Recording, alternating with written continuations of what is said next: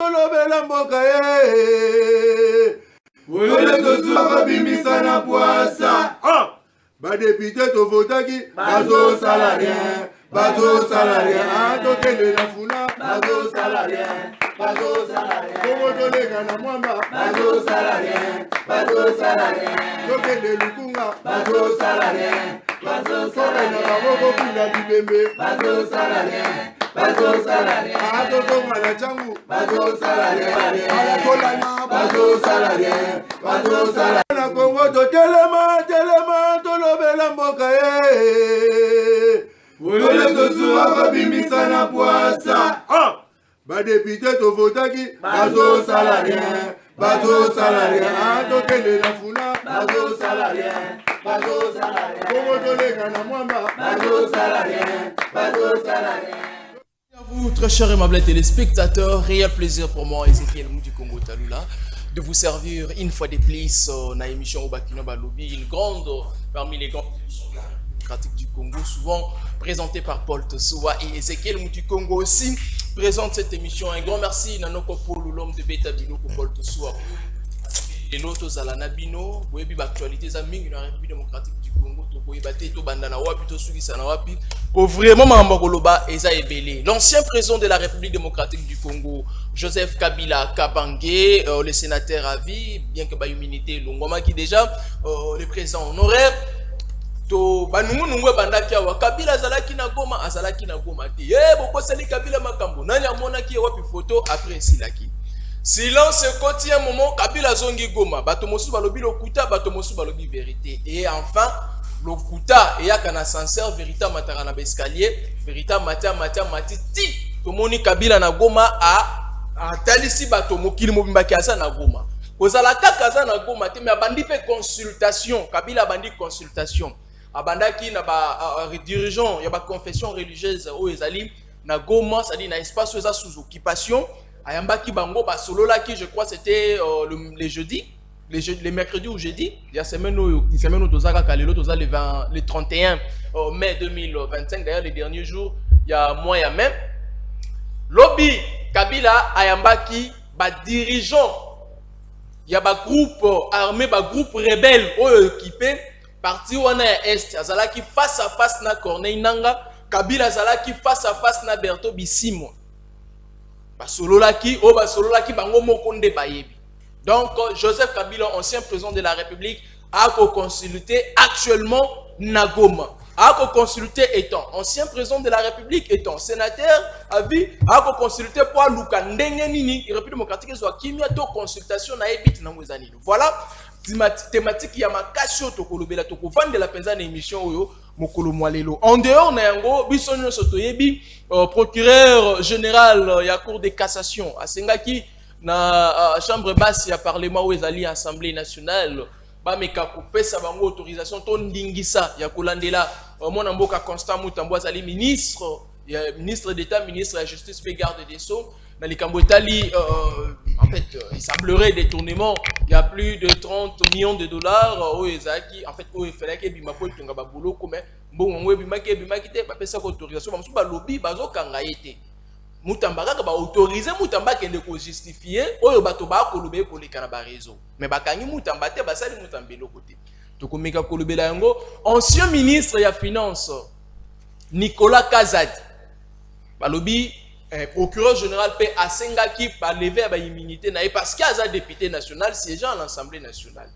Asengaki ba lungula ba immunité pour que ça ait possibilité à poursuivre pour na réseau sanité ou bien nanda ko ngolo la lampadaire na fourrage na lobina lampadaire na fourrage. Raison est que bazo interpréter la dernière émission na ya Salaki, la sortie médiatique na ye balobi Asalaki propagation de faux bruits. En dehors nango Asalaki peut vitalisation. Il y a un secret d'État, c'est-à-dire vulgariser un secret d'État. Oui, c'est ça dit secret mais il y a la question d'emploi ça. Des raisons immunité pour poursuivre. Voilà des grandes thématiques l'ancien président de la République aujourd'hui dans la zone occupée par le M23 et puis l'AFT de Corneille Nanga à Koutaïna Bango Babeti Masolo. Tobandana nani, docteur Joseph Ndiadio, Mbote Nayo, une fois de plus, bienvenue. Mbote Ndeko Ezekiel, na pesi pe mbote na ba congolais nyonso na bande kunanga to kukabola na bango plateau na pesi no mbote tika ete avant na banda parce que ngai nazali communicateur d'état. Okay. C'est-à-dire nous sommes en train de communiquer pour les hommes d'État et pour Namboka Nabiso et avant la bande na pesi susumbote na mwana mboka Félix Antoine Tshisekedi le seul président tozana na mboka oyo nyonso pe alobaka ekokisamaka tikana fungula ma parenthèse parce que soki toyaka wande konanga eza potolobela ikolo tolobela pe bato yo ba kosala musala pona ko accompagnement na mboka Félix Antoine Tshisekedi na musala ya kosala awa nazali ko féliciter d'abord mwana mboka Sylvestre Bilomba oyo aza DG ya Trasco quand même na musala sali mais par rapport ya makambo to koyoka parce que banguna ya chef de l'état ba kosala musala ya désinformation et puis ko attaquer muto aye ko redorer image ya Trasco eza malamute yango biso attaque communicateur d'état nous sommes en train de dénoncer et puis ko senga mwana mboka Félix Antoine Tshisekedi ko yebisa ete que c'est grâce est arrivé ya mwana mboka Sylvestre Bilambo nde Trasco ezui quand même moi souffle et puis lelo so ito yikoloba que Trasco ezo exister eza grâce ya mwana mboka Sylvestre Bilambo parce que n'arrivé na ye akutaki donc Trasco ezalaki ya kokufa mais lelo so ito komoloba makamba Trasco c'est grâce na ye parce que to monaki ndenge abongisi même centre de santé et puis asali même contrat signé contrat moko na deux firmes pharmaceutiques et lelo ba chauffeur na bana na bango batu nyonso bazai kozwa ma baswe moko ils approprié pour na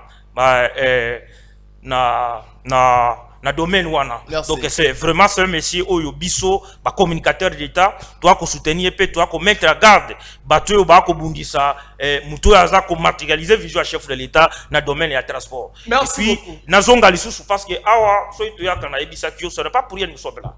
Nous sommes là pour na koloba makambo ya ba homme d'état.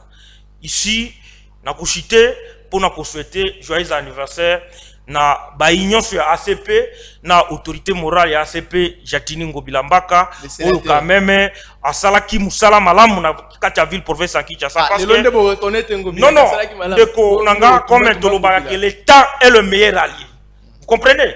Depuis ville province en Kinshasa jusqu'à aujourd'hui to tikala kozwa gouverneur mon côté azala kola asala musala azala pe ba réalisation o eza palpable les so ki to mona nzela ya elengese Birmanie parce que différence ya Jatini Ngobila na bato msusu eza que Jatini Ngobila même du point de vue politique c'est quelqu'un qui a apporté plus na chef de l'état que bato ebele parce que parti na ye et outi kokokisa 3 ans mais yomoko moni azana 9 députés nationaux il a plusieurs députés provinciaux et c'est quelqu'un lelo et loko biso to regretta pe to senga na tata mokoza mboka pe ba autorité ya union sacrée il faut qu'on rétablit na lombango mwana mboka Jatini Ngobila na ba droit na ye parce que c'est quelqu'un azalaki pena venant victime ya bayi oyo bayina ka mwana mboka Félix Antoine Tshisekedi nde lelo moni mwana mboka Jatini Ngobila lelo kindaki pe na mokili ya poto kozwa baswe mais lokola azongi awa aye j'espère que lobi bazape na manifestation moko na kotonda ye botondi to akope ko encourager to zape ko ebisa ye que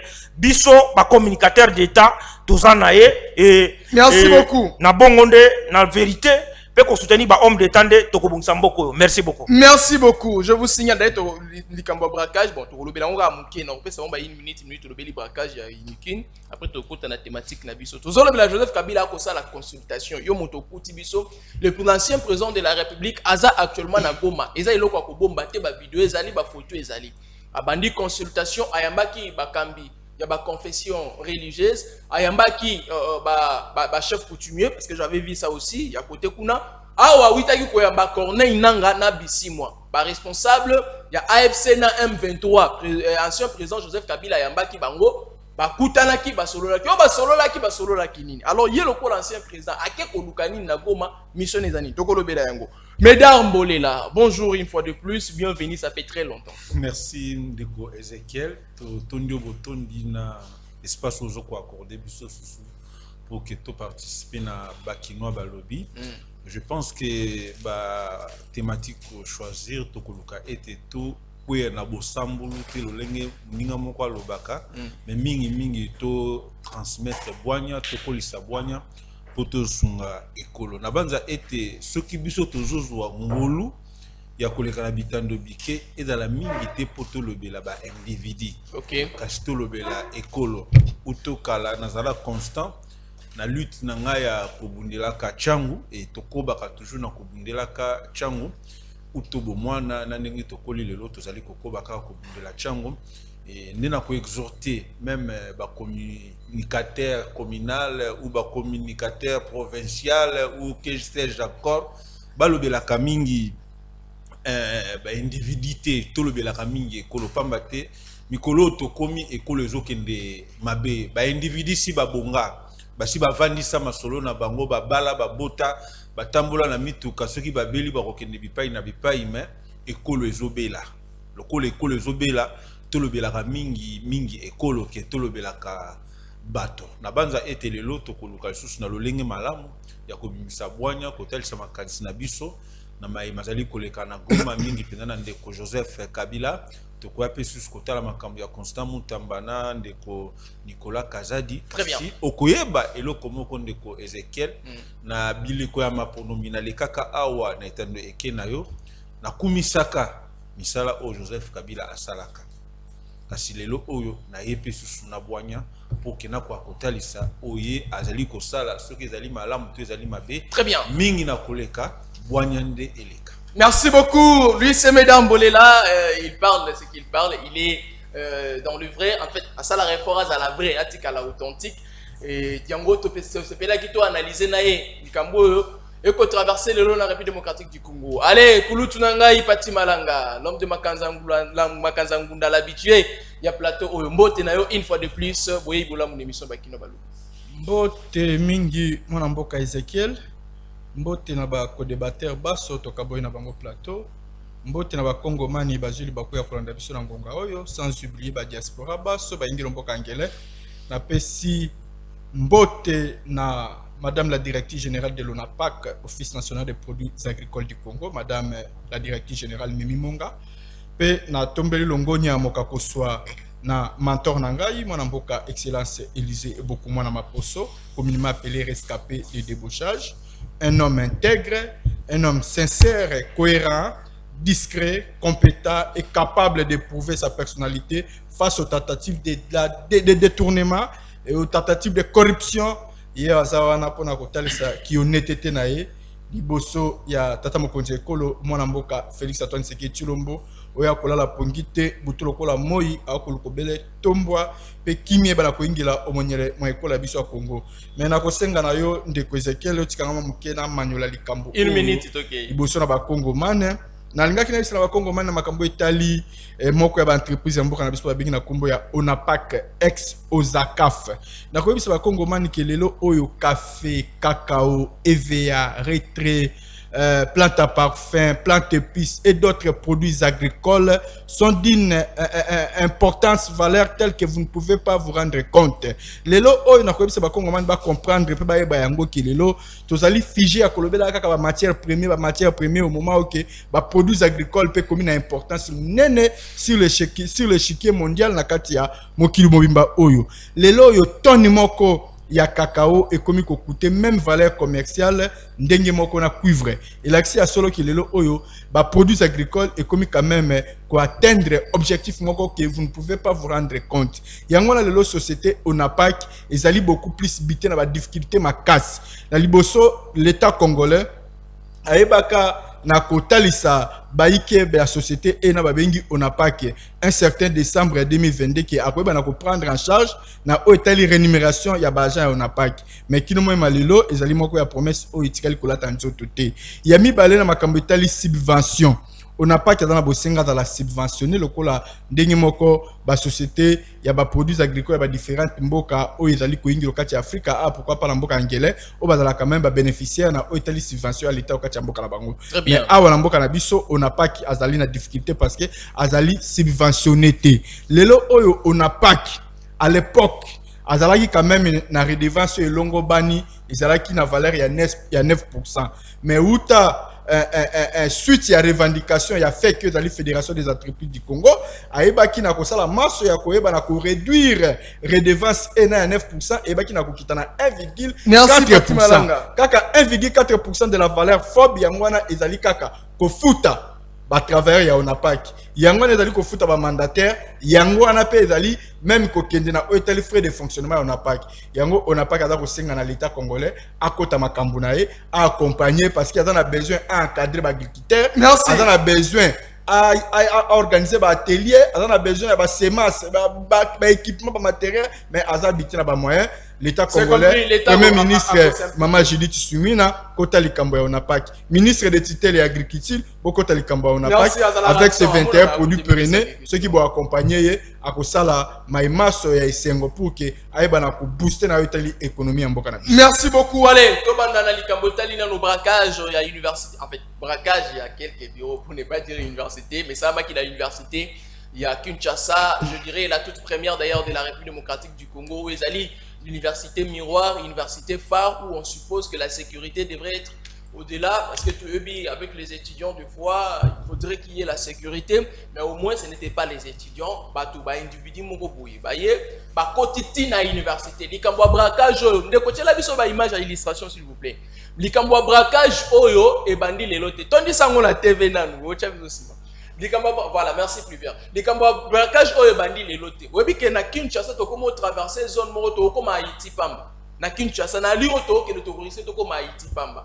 Kinshasa to comment traverser moi braquage to mona kina relemba terminus ndeko mo ya shop ba brakaka ye ba botola embong to mona ki loge bar ya boxer na biso sala ko lokuma mboka Martin Bakola wana Wileri ba brakaka ba botola rambong to mona ki na nini na chambre froide mo kwao ba wuti kaka semaine oyo ba wuti ko braquer ba botoli ba tombongo na chambre froide. To moni ba braquage et salami sami ba place ebele na masina et salama na njili et salama ça dit ba braquage au salama partout cette fois ici ba mati niveau ba ke ko braquer na université tala longo ya bato ebele boyo bato babangite ba ke ko braquer na université de Kinshasa na braquage ngo ba lobby après ba information et ça la position na biso il semblerait 3 personnes ont perdu la vie tango bato ba ki ko braquer 3 personnes ont perdu la vie na braquage à bateau yo $7,000 porteur ça dit bateau ba yibi $7,000 tant ba ki braquer ba bomi bato misatu ba yibi $7,000 il semblerait je suis dans les conditionnels et puis 2 personnes blessées oyo baza na hôpital alors toko continuer na système oyo to il faut to ça l'effort ya aussi sa système oyo braquage et comment ma vie na Kinshasa to lumwa na phénomène kuluna oyo ezalaki moto asimbi manduki alandi Andrea na moi téléphone na ena saki na e afente mbeli Andrea zui panique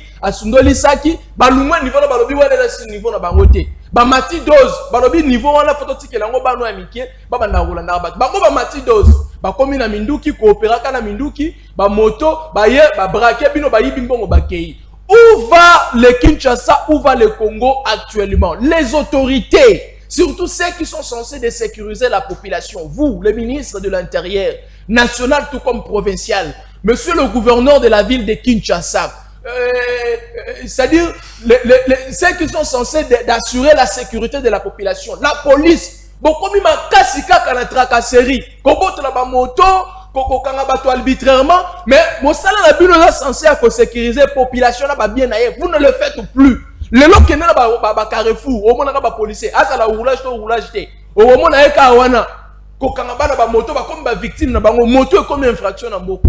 Mutu ke comme infraction na mboko, do so oza na moto oza na infraction.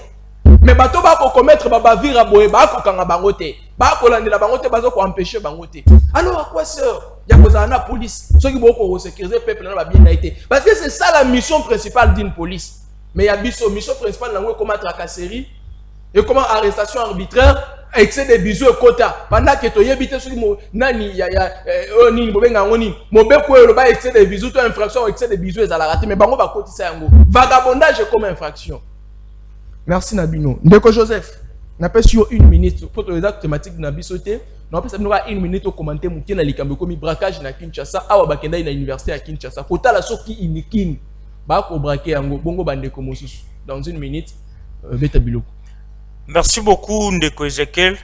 Vraiment eko sala pasi mingi. Komona ndenge chaque jour dans la ville province en Kinshasa à pleine journée. Toi ko population azali victime. Il y a insécurité oyo to éviter parce que to loba yango plusieurs fois Toloba plusieurs fois que l'autorité à ville province en Kinshasa d'abord le gouverneur et puis le VPM de l'affaire intérieure qui est Mwanamboka Jacquemain Chabani bazwa ba disposition mais apparemment jusqu'alors il y a aucune disposition au bazui parce que babiloko wana ezoko continuer ezoko sala passe ndekunanga yango to akosenga na ba autorité ya mboka bazwa ba disposition parce que awa tozolo ba makambo ya gouvernement d'union nationale parce que moi je suis communicateur d'état. Parce que tant qu'on va penser à notre responsabilité, ce cas où il faut qu'on change, soit que l'on goulaye, ou dia bateau, ou yo bakoki ko sala musala wana na place nango pour passer la musala. Parce que la sécurité autant que moi na kata ville province à Kinshasa de Konanga ezaka na Kinshasa te. Je peux même aller très loin pour vous dire, moi je suis Sankourou, au Sankourou, babiloko ya bongo eza chaque jour. Bazo sécuriser bateau. Et yango toi que interpeller même encore au VPM et affaires intérieures moi Mboka Jacquemain Chabani pour les problèmes du Sankourou parce que les députés provinciaux bazoui quand même makambo na nyonso ba déshydraté ya ba Sankourou et ils ont vu que le gouverneur azoko kakosa le l'autre côté ndé basala qui motion de défiance balungolier et le tomona qui mukanda VPM de l'affaire intérieure moi Mboka Jacquemain Chabani abimisaki pour na ko bengisa ba députés provinciaux awa to ebiete akoyamba bureau assemblée provinciale ayoka bango pour exécuter parce que au Sankourou il y a un ça ne va pas. Donc dans toutes les provinces RDC il y a un ça ne va pas. Yango na ko pesa longonya na ba députés provinciaux il y a province à Sankourou et puis ba membre nyonso ya IDPS entre autres à CVPM Daniel Aselo. Le sénateur Gilles Lodi oyo baza ko combattre na ba nyonso ba ko combattre parce que sécurité est très important. Yango to koloba que il faut mon Mboka Jacquemain Chabani à sa disposition parce que y a un facteur de sécurité pour sécuriser la population congolaise. Merci mesdames Bolela. Merci Ndeko Ezekiel. C'est vrai que le braquage est beaucoup plus récurrent. Et ce sont des choses où ils ont un peu dans la ville. Tout dramatisé, pour les communes à Kinshasa, mais ils ont beaucoup un peu partout. Et il serait beaucoup plus prudent de sécuriser la population, mais de effort pour que davantage épargner la population dans le système. Surtout. Un civique dans la ville, il y a un monde, même des villes organisées, Bazali. Notamment à Johannesburg, à Cape Town, même à Munich, même à New York, ce sont des choses où il arrive à cas. Et évidemment, on ne peut pas mettre ça sur le dos de qui que ce soit, que vous soyez prudent ou pas. Cela arrivera toujours dans la ville, mais il est beaucoup plus mieux dans bateau Mokumba. Il y a qu'à sécuriser la population, multiplier encore l'effort pour que ça beaucoup plus professionnel, afin que épargner la population. Na makama ya bongo otoza ko déplorer lelo et bande komisa tuna inikin batiki biso pe mosolo pene na 7000 ekei c'est regrettable mais il est vrai depuis la nuit des temps il y aura des inciviques et il y en aura toujours mais il faudra peut-être mettre des mécanismes en place pour que barre action na bango. C'est ce que je pourrais peut-être dire là-dessus. Merci. Patrick Malanga, votre réaction aussi par rapport à braquage Mikolo. Oui, Matimo 12 hein. Il bosse qui beaucoup plus attends moi 3 mois 4 mois boyo kate. Mais comme maintenant que semaine après semaine ils ont comme Mikolanda. Merci pour la parole mon Mboka Ezekiel. Tout ça ko lobi la Congo. Tout ça censé repérer ça va point de vue na analyse. Oyo et kozala beaucoup plus important il bosse la population. Parce que ba oyo baza ko tomber wana bazali ba kongomani lokola ngai na yo baza ko za la victime na makambo ba yebi mutu na makolo te makambo ba braquage kaka ndenge ndekolanga lobiawa ezali ko salema partout dans le monde na ba pays presque nyonso ba braquage eza ko salema mais tokoki ko encourager yango te parce que ba lobby gouverner c'est prévoir. Cela veut dire l'état il faut avoir ba disposition na yé nyonso état que l'état pour na sécuriser population na ba bien naï et l'état azali wana pour na ko battre la biso na nzela ba service naï lokola ya la police ya ba sécurité tout conseil ba renseignement ainsi de suite baza wana pour na ko battre la police azala pour na ko battre la biso population na ba bien na biso mais tango to komi ko dans la victime na ba biloko modèle oyo to ko encourager yango te na moni ces derniers temps et commis moi beaucoup plus à l'actualité et l'équipe même chaque semaine comme koyoka braquage Salema Kiboy, braquage Salema Kiboy, braquage Salema Kiboy, braquage Salema Kiboy. En quelque sorte, ils ont mal à monter.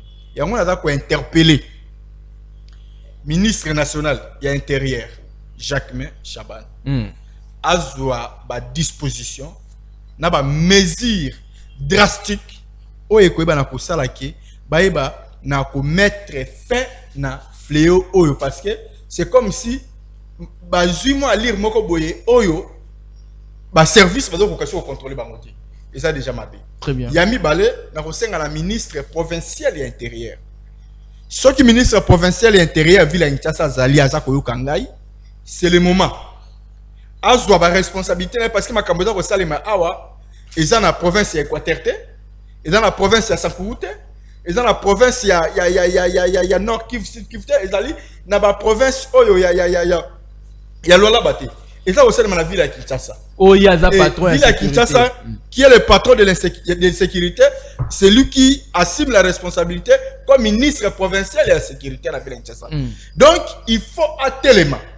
Aïe, dernier, à cause de la mesure, à convoquer, la police, sur la ville à Kinshasa. Tout le monde à peine awa. Général, numéro 1 à ville à Kinshasa, à côté à fonction, il y a cela à 3 jours, on va trouver ça la remise et reprise. Na numéro 1 il y a sécurité, il y a la police à ville Kinshasa sortant na entrée à côté.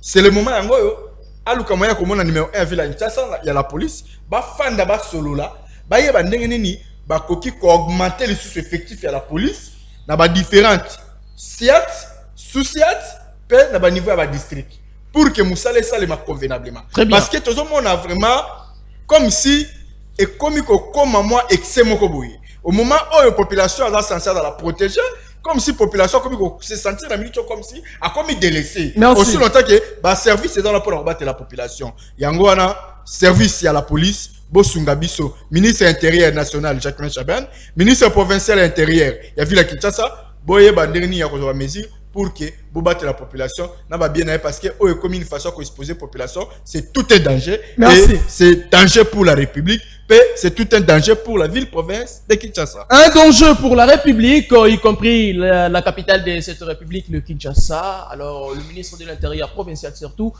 c'est fait, c'est passe ici. Ici, vous allez ministre, donc faites de votre mieux.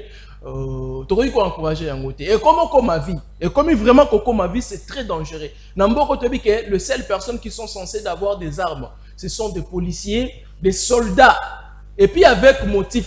Mais quand les individus qui ne sont ni policiers ni soldats, bon, entre guillemets, qui portent des armes pour aller braquer et voler, il faut aussi se faire des questions là-dessus. Donc, bandeko ministre, bosunga biso nan to sengi bino, bosunga biso unikin université de Kinshasa. Imaginez moi traumatisme au batiana bandeko na biso ba étudiant, bandeko na biso abasi, et bon muto okende akomo banga, ono na université na biso ba braka. Akomo banga oké boy, c'est compliqué. On a parlé de braquage ici vite fait avant que l'on entre dans ça. Si ça sera les insécurité ou non, braquage. On me signale à appeler l'autre samedi, le 31. L'obésaki vendredi, le 30 mai 2025. Bandekoba continue au Koufa. Il y a eu un chauffeur et tous les passagers na camion moko bandai ko transporté. Voilà, ils ont dit quoi? Tous les passagers et chauffeurs sont tous tués dans les camions qui avaient transporté des cargaisons. Je ne sais pas si c'est quoi cargaison. Pardon? Cargaison. Cargaison, hein? Oui. Bon, ils ont écrit cargaison. Donc, cargaison en provenance de Largou. C'est-à-dire, camion et outaki Largou. Et maintenant, il y a cargaison et il y a Bounia. Bounia est chef lié à la province de Ituri. Alors, il y a une embuscade. Il y a milice, il y a Codeco. Qu'est-ce que cette Codeco a fait? Tant que na camion, na chauffeur, équipage, na ba passager nyonso bazaki na kati tué par la milice Codeco. Le message est là, la population passagers massacrés au centre négoce de Masumbuko à 9h vendredi 30 mai 2025 par les miliciens de la Codeco de Masumbuko, groupement Masumbuko, secteur de Walendu Tachi. Le véhicule avait quitté de Largou pour Bounia. Alerte et panique généralisée à Largou, groupement beaucoup, chaufferie de Bayema Nord. Voilà, c'est ça l'info que j'étais en train de dire. Une province qui est sous état de siège, mais voilà, bango braquage va les niveau. Bango pendant comme milice cause, c'est-à-dire bango et comment vie oyo bato ba organiser pendant que le gouverneur oya bango aza militaire mais incapable et incompétent. il y a qu'on résout des problèmes, il y a sécurité, banda à côté, insécurité, d'insécurité. Bamanissa à l'époque, c'était un civil, le gouverneur Bamanissa, un civil, mais quand même à son époque, bien qu'il y en avait, mais ce n'était pas de la sorte. Bamanissa, on enlève un civil pour mettre un militaire qui maîtrise bien ce secteur. C'est comme si on avait multiplié l'insécurité dans ce coin du pays. Monsieur Tony Luboya, très incapable d'assurer la sécurité des Ituriens. Maintenant, on ne comprend plus.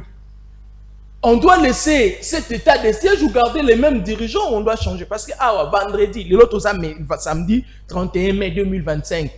Et ça, la qui lobby vendredi à 9h du matin. Il y a Ituri. C'est-à-dire pas la bus qui 10h et pas la bus pardon qui 8h, bango qui 9h. C'est-à-dire pas bomi chauffeur, pas bomi passager.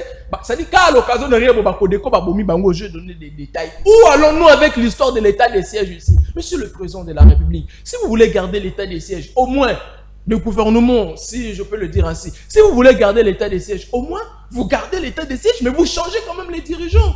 Quelqu'un que vous avez placé à cela plus de 3 ans à la tête de cette province, mais incapable. Il arrive, il trouve 5 groupes armés. Pendant qu'il est gouverneur, il est militaire, les groupes d'armées se multiplient. On mettait plus de 8 groupes aujourd'hui. Mais c'était quoi son importance? L'importance, c'était de réduire le nombre de groupes armés, voire même finir s'il y avait possibilité, et réduire l'insécurité. Mais il est là, l'insécurité encore, comment va déplacer à tout moment. Village, secteur, parce qu'il y a de l'insécurité. La population,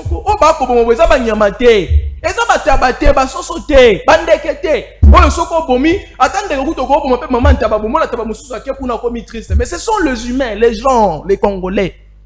Nanga, Bissi, moi et les autres, tu là-bas, non, on peut vraiment quelque chose qui peut finir. S'il vous plaît. Tout le balisson à langue. Pas photo, pas moyen de faire balancer les images à la télé pour la sensibilité. Vous voyez, ce sont ça. Voilà les photos. Bomoni, bomoni baza kola lo bato ba bomina masasi na bakodiko. Bangoye, ba photo yango. On ne dit pas des choses imaginaires, on dit ce qui se passe. Maman, pardon, tout le blâme Kabila. Docteur Joseph, ngama mo insécurité so na mo lobela mo muteme soir ngai. Et puis Joseph Kabila, ancien président de la République, aujourd'hui, a talissi na face ya monde ouvertement. Liboso zala ki tozo tâtonner. Est-ce que tozo kosele makambo to tozo kosela été? Mais awa Kabila a suki kaka kola ki se longine na goma te. Mais abanda ki consultation. Ayamba ki prêtre religieux, c'est-à-dire bakambi ya mangomba ya ba église. Après yambi ba chef coutumier, awa lobby ayamba ki Corneille Nanga na bisimwa na balie na bango oyo ba ko sala ba boto la parti wana ba ko semer insécurité. Yo lokola analyste, to kele makamba parti politique, to analyser lokola ba analyste politique, lokola ba na mboka. Kotala ancien président de la République, oya sala ki pacification et à pouvoir, peu importe ce qui peut se passer, mais ko kende na zone où eza sous occupation, ko initier ba consultation sans apport, il y a gouvernement en place. C'est-à-dire, d'ailleurs, il y a un problème dans le gouvernement en place, mais il faut initier la consultation. Il y a le Congolais. Lecture l'Union Kosala, na la consultation, l'ancien président de la République Kosala, na Goma zone occupée. Merci beaucoup, Ndeke Ezekiel. Quand on dit que biso qui doit défendre l'individualité, doit défendre le peuple congolais. Makambo Joseph Kabila, ancien président de la République, Aza Kosala na Goma. A komi na Goma pona biso bayi ya majorité pe ya union sacrée ezo ko étonner biso te parce que tata mokonza lobaki na ye banda kala ke AFC M23 c'est Joseph Kabila bato bandimaki te et lelo présence ya mwana mboka Joseph Kabila na Goma il a kisiete c'est un rebelle. C'est quelqu'un qui est utilisé par Kagame pour nakoboma ba Congolais. Et vision na ye, lokola ye moko ayebaki akota ki na bokonzi. Nakoboma batu, eza zongi na zamba pa boma batu. Donc c'est isa ko étonner ba Congolais. Mais dis-moi, pona ba dane ko douter makambo biso banda ko loba parce qu'il y a déjà qui disait que bino bolinga Joseph Kabila te, bino musala bino ko loba ono ya zabo. Mais aujourd'hui, comme on a toujours dit, le temps est le meilleur allié de tous. Aujourd'hui, nous sommes très d'accord avec moi Namboka Félix Antoine Tshisekedi au Aïbi Sarabiso. Il y a cela 3 mois que AFC ya nanga c'est Joseph Kabila. Mais qu'est-ce qui vous fait et dire il a que confirmé Kabila a patron ASC nani ndé président lobaki yomo lobi yango ce qui peut-être Kabila ke koluka le quoi ancien président la souci mboka na ke koluka ndenge nini ko apaiser mitema batona koluka ko négocier ko ça bango botika ko sala bo congolais ndé bo ko boma congolais za né innocent peut-être ke koluka voix moko ko me mapé kimia na partout. Pourquoi vous nous voyez que de côté mal et l'autre côté vous ndé kunanga mutu mokote aza na information na mboka oyo koleka mwana mboka fita toi sécurité, c'est-à-dire il est le chef de l'État aza na information nyonso oyoka ki même na Sénat jour ba levaki immunité na ye parce qu'aujourd'hui Kabila il est devenu un citoyen simple parce que or Goma place ba tunaye ya M23 bazana ba soda rwandais so ba moni Kabila même na Kingasani atana nini à la police atana na la police atana partout mouton sa komona ko kangaye parce que c'est un fugitif. Kabila oui ça ko kangaye mouton sa ko kangaye atana conteneur ba ko kangaye azana immunité. Et aujourd'hui c'est un citoyen simple recherché par la justice à s'échapper à comme na ko marqué ko ça makamona. Donc pour na biso eza ko échapper biso te mais loko ya ko ça la passe eza que na 21e siècle Kabila azongeli makambo na ye ya kala akota na pouvoir na makila to évoluer ye moko pa vakende alubaki akokaki kopesa peuple congolais oyo abandaki kokanisa azalaki na 15 personnes te yango na komona soko moni mutu aye kolobela na minute aye kolobela Joseph Kabila il faut ko douter même na identité na ye. Parce que toi non je vous dis la vérité douter na identité na non oui parce que Joseph Kabila vakende alobaki azalaki na 15 personnes te mais lelo est-ce que Kabila koko yebisa biso akoti siko na afse ya nanga na batuna est-ce que lelo yazo aza kokanisa na mutu na ye même soka kozonga te mais prenons dans l'hypothèse yo alinga zonga est-ce que lelo a vu 15 personnes oyo alobaki akoka azalaki na 15 personnes autour na ye pourquoi songa et même bato bazala quand même autour na ye na mituna kapena est-ce que bazana kibomoto mutu avakenda wanga na bino kazala na 15 personnes te mais je vois déjà des jeunes au monde na ye na plateau télévision bando lobela Kabila mais toi tu étais avec lui mais avakenda wanga ni bino. Donc Joseph Kabila na ebisio tozana yo awa avant mwana mboka Félix Tshisekedi akende na mboko yo toko kangaka Joseph Kabila toko jugé akozala arrêté et condamné dans ce pays bako prisonnier na makala parce que toko tia Joseph Kabila na makala tozana na mboko yo parce que vous savez ce pays est mboka yo batikela biso et pas bakoko na biso pour nous autres tozana mboka mususu te à part mboko yo. Dans le 21e siècle, Moutaro Kolinga sont à pouvoir pour la Koboma Batou. Vous avez combien de personnes qui na Goma? Donc, vraiment, si j'ai un tango, nous sommes à Bordakango, et ça la kanga passe. Parce que tant on a comme mona, bateau, va réclamer, ba Kongomat, mais ba soutenir Mouto, ya Koboma Bande Konabango, et na comme tout, est-ce qu'ils a qui nous quitté? Merci. Donc, c'est qu'il faut retenir, c'est que Kabila Goma est venu confirmer ce que le chef de l'État nous avait dit. AFC c'est Nanga, AFC c'est Kabila, on a soutenir Nanga, na babisi boire batunyoso. Mais il faut qu'on ait que même Kabila lui aussi, c'est un pantin utilisé par Kagame. Donc c'est très important. Oui, même Kabila. Kabila est utilisé par Kagame. Donc Bangona Bananga, Bazandenge Moko. Donc ce sont des Congolais, Oyo, Bandimi, Kokota na Jia Kagame. Pour balkaniser le pays na biso heureusement que tout ça na mwana mboka Félix Antoine Tshisekedi o alobaki que avakende il faut atika mboko na maboko ya bien il faut atia ngo pe na nzela lelo to akomona. Merci beaucoup. On va te revenir. Allez, Papa Médard Mbolela. Oui. Joseph Kabila aujourd'hui a mis ouvertement à la face du monde a bandi ba consultation na Goma. Il a consulté le chef des religions, donc il a consulté ce qu'on appelle les chefs coutumiers, et là c'était les tours où il a consulté Kambia ba rebelle, c'est-à-dire ici moi na Corneille Nanga Asalaki Yango na Goma. Comment vous, étant un analyste politique, analysez-vous autour de cette situation qui se passe et l'ancien président devient consultant, il y a bateau yoba kocha insécurité dans la République démocratique du Congo?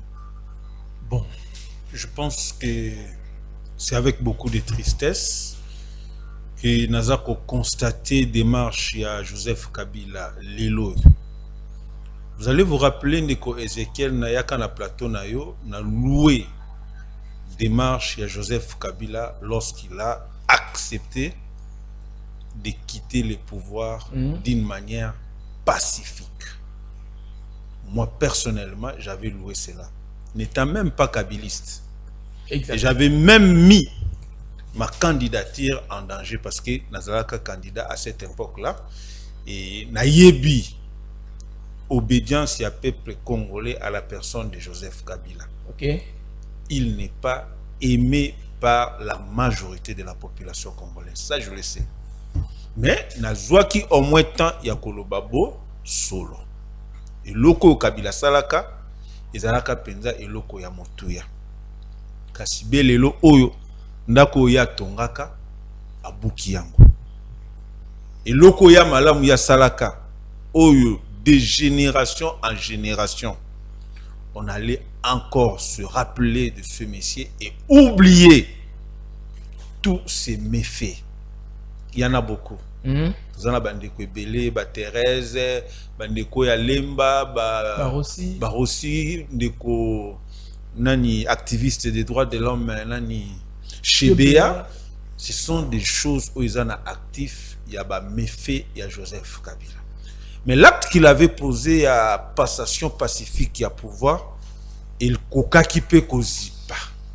Ma benyo soya salaka na Congo, et koka kipe kozipa pour que lobby koya dans de générations futures, qu'on se rappelle que dans la République démocratique du Congo, on a connu Lumumba, on a connu Mobutu, on a connu Kasavubu et que sais-je encore. Et on avait également, oui, on avait également connu Kabila parce qu'il avait accepté de faire une passation des pouvoirs pacifique. Et cet acte-là, moi personnellement, en tant qu'humain, ça c'est mon point de vue. Je pense que nous avons appuyé, nous avons soutenu Actuana qui est des milliards de dollars. Ça vaut plusieurs milliards. Même au lieu où on a milliards de dollars, parce que même si on a milliards de dollars, un jour, tu vas disparaître. Mais cet acte-là qu'il avait posé allait pérenniser les noms de Kabila de génération en génération. Et les lots oyo à Boukinyons, au Lambisos ya kitoko, Batubalia, au Kamati Suki, au Tchenakati. Musala no nyonso sali kepa pamba. Na yesiko na consultation au Joseph Kabila azali kosala. Je ne sais pas, il va consulter en qualité de qui. Il pouvait peut-être attendre que, s'il sa insurrection a soit pouvoir par les armes et commencer à consulter. Ça, c'est la logique des choses. Hein?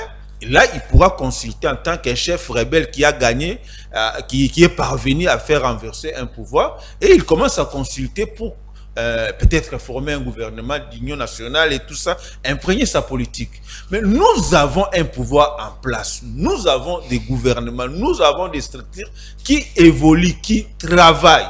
Tu vas commencer à consulter. Excusez-moi, c'est vraiment la folie. D'abord pour celui qui consulte et celui qui se fait consulter. Moi, je ne vois pas Moutou Azana Boye Bina Makanis Naïnyo surtout à Kendeko se faire consulter et pas il y a Kabila. Et là, quand j'analysais cela, j'ai trouvé la réponse Nanzalaya congolais.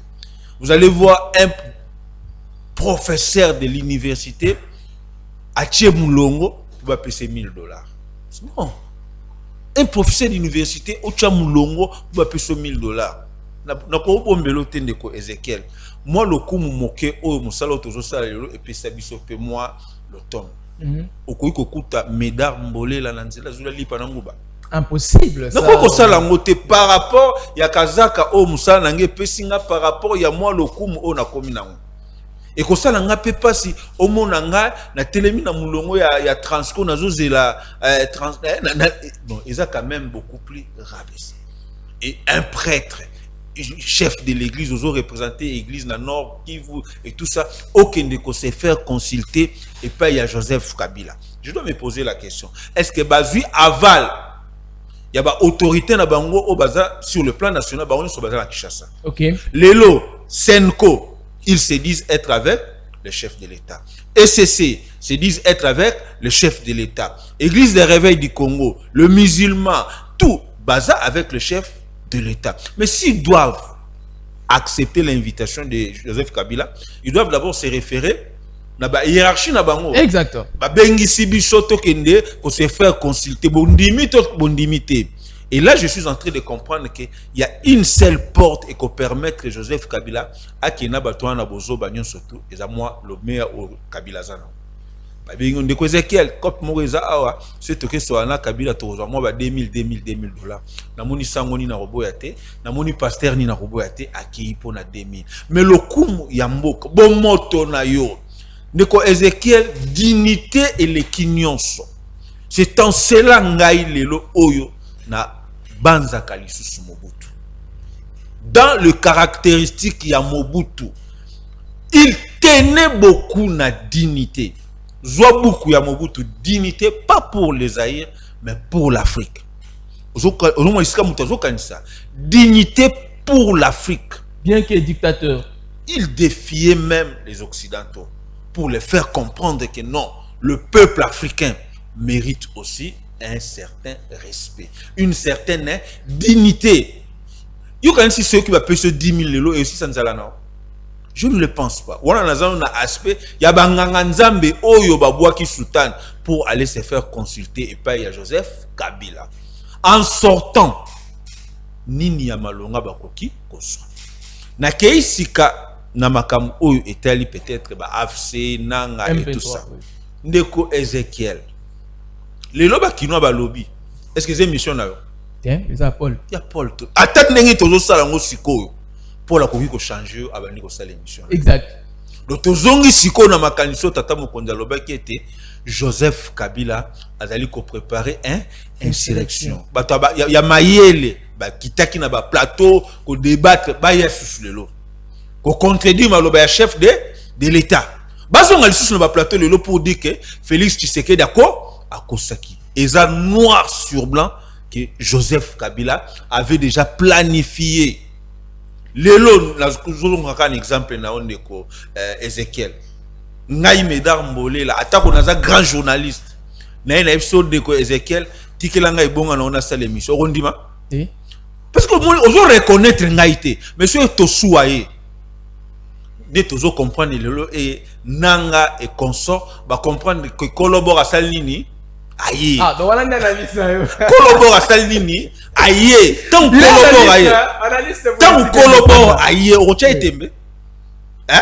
Eza réalité. Yenda pesa kambongo na ye. Yende collabore.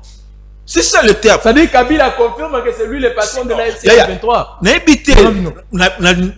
Docteur Abima, docteur ceux qui n'a droit Abima contredire analyse au nazo sale. Vous voyez Nanga à préparer insurrection naé, à préparer rébellion naé pour que l'objet ait que la Kabila. Voilà Nanga, vous sentez que il est devant son patron. Ah, vous êtes communicateur, non? Regarde bien la photo. Vous allez comprendre. Il est devant son patron. C'est un acolyte de Kabila. Kabila partait de Kagame. Analyse. Vous comprenez que Nanga et les autres, ils sont entourés de leur patron. Aujourd'hui, on apprend que non, Ndeko Ezekiel, Télémina Paul Tosu. Au Romona Yango, biso ba communicateur to yeba. On a posé. Même au Salobomba Yango, to Romona que Ezekiel azana siato. Et comme on a même na photo, si on a photo wana, on peut sentir que Nanga azana sea mokonzi na ye. Mais toi que un peu si Nanga avait cette responsabilité, Ninga de kokosa kosa biso que non nous avons pris les armes pour que est-ce que akoki on dit malelo o ba ko longola ina e bonga na ye ya autorité coordonnateur ya AFC et consort atikelango Kabila. Non. C'est que Kabila nde azali mokonzi ya AFC ya ba M23. Mais est-ce que pour unité beaucoup peut analyser que Joseph Kabila pouvait aller négocier na bango pour na kozonga kimia na mboka. Ça peut aussi être l'une des choses. Nazo yande konangai Ezekiel. Nazo koma kuna nyonso. Oko comprendre lelo oyo que mokolo AFC na M23 eza Joseph Kabila. Vous comprenez? Tant on a zoni na discours ya Joseph Kabila. Bon, c'est là, il a raté. Il y a une sagesse que Kabila m'a transmis, moi. Personnellement, Kabila m'avait transmis une sagesse. Ne parlez que quand vous avez des mots plus importants que le silence. Ce sont des propos à Kabila. Au monde entier. Mais aujourd'hui, quand Kabila est sorti, pendant 48 minutes, moi je pense qu'il n'avait pas prononcé durant tous ces 48 minutes un mot plus important que le silence. Il ne pouvait que se taire. Vous comprenez? Parce que laissons Oyo Kabila a réclamé. Quand il dit aujourd'hui que Tshisekedi est dans une mauvaise gestion, est-ce que la gestion de Kabila était bonne? Quand il dit aujourd'hui que Tshisekedi a trempé dans le tribalisme, mais il devrait analyser. Nous avons le président du Sénat qui n'est pas du Kasaï. Nous avons le président de l'Assemblée nationale qui n'est pas du Kasaï. Nous avons au moins pour la première fois un premier ministre qui vient du Congo central. Et quand vous allez voir, vous avez des Guy Luando, vous avez des Jean-Pierre Bemba, nous avons des Bati Lukwebo qui sont dans les institutions. Est-ce que ce sont des Kassaïens? Nous avons des Mbosso qui sont dans les institutions. Est-ce que ce sont des Kassaïens? Donc il a raté l'occasion de pouvoir sortir dans les médias. Et je pense qu'il pouvait revenir sur sa sagesse. Il ne pouvait que se taire. N'a conclu de quoi Ezekiel analyse. 30 secondes comme ça, okay. On prend pas. Le peuple congolais doit récupérer sa dignité. Comment? Ne pas donner le crédit à Kabila. Je vais chuter en disant ceci. Kabila peut acheter la conscience des politiciens. Kabila peut tout faire. Mais il y a une seule chose qu'il ne saura pas faire. Bien qu'il avait menti, dire que ce que je n'ai pas pu faire, c'est changer la mentalité des Congolais. Il devrait être clair. Il devrait dire ce qu'il n'a pas pu faire pendant 18 ans, c'est se faire aimer par les Congolais. Merci beaucoup, se faire aimer par les Congolais. C'est ce que Kabila n'avait pas pu faire. Bandeko boko na biso to fungola appel lelo boko benga munga mutorope sali kanisina ye. Mais na suka botika ba bandeko na biso ba analyser autour ya makambo na bango munga mutope sali kanisina to analyser ti to koma na suka to fungola appel boko benga bo pesi makanisina bino pati malanga. Joseph Kabila Kabange, ancien président de la République, un sénateur, Oyowa Pilelo, Azana Goma, Akosala ba consultation, Awa, Dengena Tuna Kimotuna, Akutani na Corneille Nanga, Eza montage te, Obozo Moneza solo, Kabila Yewana, Corneille Nanga, Bisimo Yewana, na Batomosu Medjoana, na Mone Logimo, Roi Bamburo, c'est-à-dire, Bazawana, Bakutani, Oya Koseka, Oyelongina, moi mystique fort. Moi, Elongina Pendal, voilà, Pati Malanga, Bakutani. 2 ou 3 Congolais dans le groupe, les autres de Rwandais. Ah, ok. Merci beaucoup. C'est ça. Alors, Joseph Kabila Koutaina Bangwa Bandi consultation, analyse na yo, Pati Malanga. Est-ce que l'ancien président Kolukandenge Nini il a convaincre Bandeko Oyo Bati Kamanduki pour République démocratique du Congo à garder l'intégrité territoriale na Ekimia et côté na Est et République pour passer à ancien président M23 ya vandi na bango lelo babundi saka yepe na époque na wala ndenge to yoka histoire babundi saka yepe na époque na ye bachaka pa insécurité mais avant na bango lelo peut-être pour conscientiser bango ay c'est bango no bala mai botika ba congolais ba kufe belé to tongamboka to soutenir Félix Tshisekedi to ezala ba vérité muso za caché Pasi Malanga beta biloko so ba vérité za caché. Merci moi Mboka Isaac na kosenga kotikela ngai temps. Na peso tana yo. Na manyola ndenge bande ko so ba manyoli. OK. On en a marre avec toutes ces tueries à l'est du pays. Plus de 10 millions de morts, c'est beaucoup. À peine nanga ye na niveau ya Nord Kivu, Sud Kivu, nanga bomi na Goma plus de 10 000 personnes. Pe aza ko yebisa ndeko Félix ke olingi na boma combien pour que otiki langa pouvoir. Ah, c'est l'imbonglio, hein? Ça c'est la toïboi. Plus de 6 millions de déplacés. Plus de 27 millions ou 27 000 familles. Oh lelo, bazana état moko catastrophique. Ba maman, ba papa, bilenge bana, basi mibali. À niveau Nord Kivu, Sud Kivu, on a découvert plus de 200 fausses communes. Plus de 200 fausses communes. Wouh! Et ça passe. Et tu reconnais dans mon petit soukawapi. Ndeko Kabila présence na ye na niveau ya Est. Ezali une façon ya kozwa possession ya Nord Kivu na Sud Kivu. Aye pona kolakisa ke lokola Constantin qui déjà que gouvernement congolais ba bandi ko négocier na ba M23 na niveau ya loi.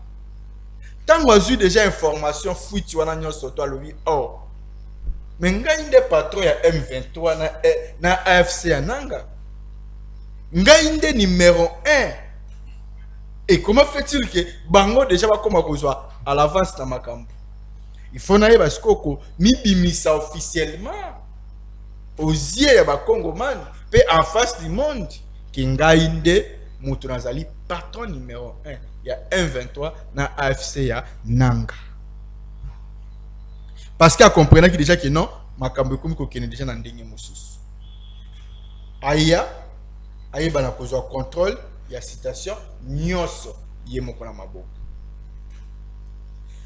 Ndeko Kabila oya sali na niveau ya Est na Nord Kivu Sud Kivu nde ba moni lelo. Ezali une façon ya koyeba na ko dédouaner Ndeko Kagame. C'est-à-dire koloba ke non ba citation oyo eza koleka na niveau ya Est wana ezali moko ya ba citation congolo et congolais. Cela veut dire que ezali une affaire de congolo et congolais, mais non pas ya Kagame, non pas ya ko accuser Kagame. Pourquoi?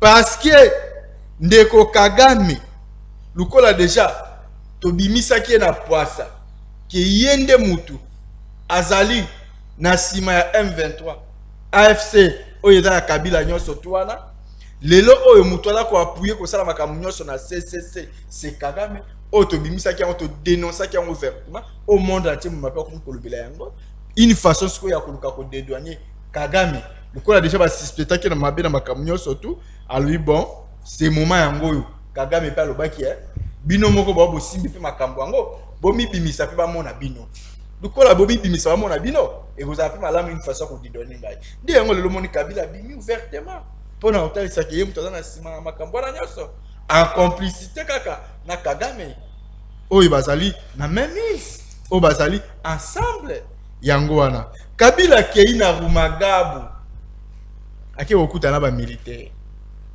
Et puis comme ni Kabila est un militaire na Rumagabu. Aïs on a lobby. Il faut boyeba ke awa tout ça na DK. Vous en avez bandi kona ngai moko ba Rwandais ba soda militaire Rwandais bazali awa. Pe tout ça na ba Congolais oyo ba uti go recruter ba ngole 14 matin ba kotisi ba ngona katia masolo oyo. Mais to linga bino tourner boye awa. Na bino ba Congolais, na bandi kona ba Rwandais beaucoup ma main morale. Pour que to kende osala nini pour renverser régime en place. Quelle étation? Tant on a fandi na landi na nzela ya standoike na yoki ba propos ya Kikaya Bini Karibu Taiwana lati chemise ya manche longue et koti couleur ya noir net moi permettez mais noir ya ngwana na sima ya nanga yewa lati na lunette Kikaya Bini Karibu aleki na nzela etandoike alobi ouvertement liti ya Kabila eza ndenge moko na M23 ngam na lobi yango te c'est Kikaya c'est la biso photo na bango bazana mesa kwanda na illuminé mona bien kuna proche collaborateur ya Kabila ambassadeur étudiant ozali boso ye liboso na lunette ngam na lobi yango te soki tembe bakene ko vérifier alobi liti ya Kabila eza ndenge moko na nani na M23 baza na même objectif commun. Okina alobi M23 na Kabila baza na même objectif commun. Tout ça banalise quand même. Tout qui est de gauche à droite. Donc c'est là qui prouve que non AFC M23 c'est Kabila. C'est Kabila. Mutubusu soute. Baza koya pona koluka nini? Pona koluka ko kabola mabele na biso pe ko pesa yango na maboko ya banani ya ba Rwanda. Ça dit monsieur ça ko pesa na maboko ba Rwanda to e comme république mosusu. Mais quand bolingi bo mema biso na koluka ko kabola mabele na biso ko pesa na maboko ba paya pona ko memela biso république mosusu. Banani ba ko diriger république wana. Si ce n'est pas les Rwandais. Si ce n'est pas les Rwandais. Ce sont les Rwandais qui vont diriger la république wana. Kabila a besoin de renverser le pouvoir. Il y a coup d'état. Kabila a la constitution, il y a ma bête, il y a ma bête dans la bataille, il y a ma bête quand il y a un boka. Parce que tant que a quitté qui pouvoir dans le boka, à bientôt. Bon, à bientôt, moi, Zaki, na. Mais allez-y comprendre ça la analyse. À bientôt en wani à Kozonga. Yami balé les sous. Tango ba M23 ni coopérer na Est. Ba yeko tuna Kabila pour ba M23. Kabila il a dit clairement que le M23 c'est aspiration congolais. Mutu ko ba maloba modèle wana. Bato ba ko bomela ngai tata ba bomeli ngai mama ba cousin bana ba leki ba ndeko na ngai. Olobi ki ba aspiration congolaise. Na bato ba ko bomela ndeko na ngai. Mais non, toto ko étudier Kabila kaka na maloba na ye. Bande ko bapel boss na bobenga na la téléphone. Aye bana ko déstabiliser ba institution eux ils allaient légalement établi pour qu'il y a luka moya ko swambuka. Mais naza appel to dans la naza surpris ndeko na ngai c'est qu'il anda émission sur émission au soulever ba point moko très important. Ba Congolais il faut pas comprendre. Na landi Kabila na discours na ye. Kabila lobby tant makambo Kabila lobby bo sambulo Kabila sali na discours na ye raté. Bosambulu ya kosakana te. Soki Kabila azali na souci ya koluka cohésion, unité. Akokai ko tenir ba propos à tenir te. Na discours na ye Kabila lobby régime actuel est capable ya ko résoudre ba problème ba Congomani. Mais c'est faux et archi faux. Aussi longtemps que le régime na yende est capable à 1000e fois. Le régime actuel a la capacité à résoudre le problème congolais. Mais c'est le problème qu'il faut résoudre déjà. Mais tu as même la Congolais gratuité enseignement. Est-ce qu'ils sont effectifs? Ils sont effectifs parce qu'il y a plus de 6 à 7 millions d'enfants. Dans ma condition. Peu importe. Par le but, il faut mieux 1 que 0. Donc, il y a des conditions et ça problème. Non, mais au moment où je vous parle, il y a eu quand même les écoles où ils ont construit et réhabilité. Les lots circuits étendus à RD, ça va différentes provinces. Même y compris en la ville à Kinshasa. Il y a eu des écoles construites, réhabilitées dans le régime à Félix. Dans la province, il y a même pas de bâtiment administratif.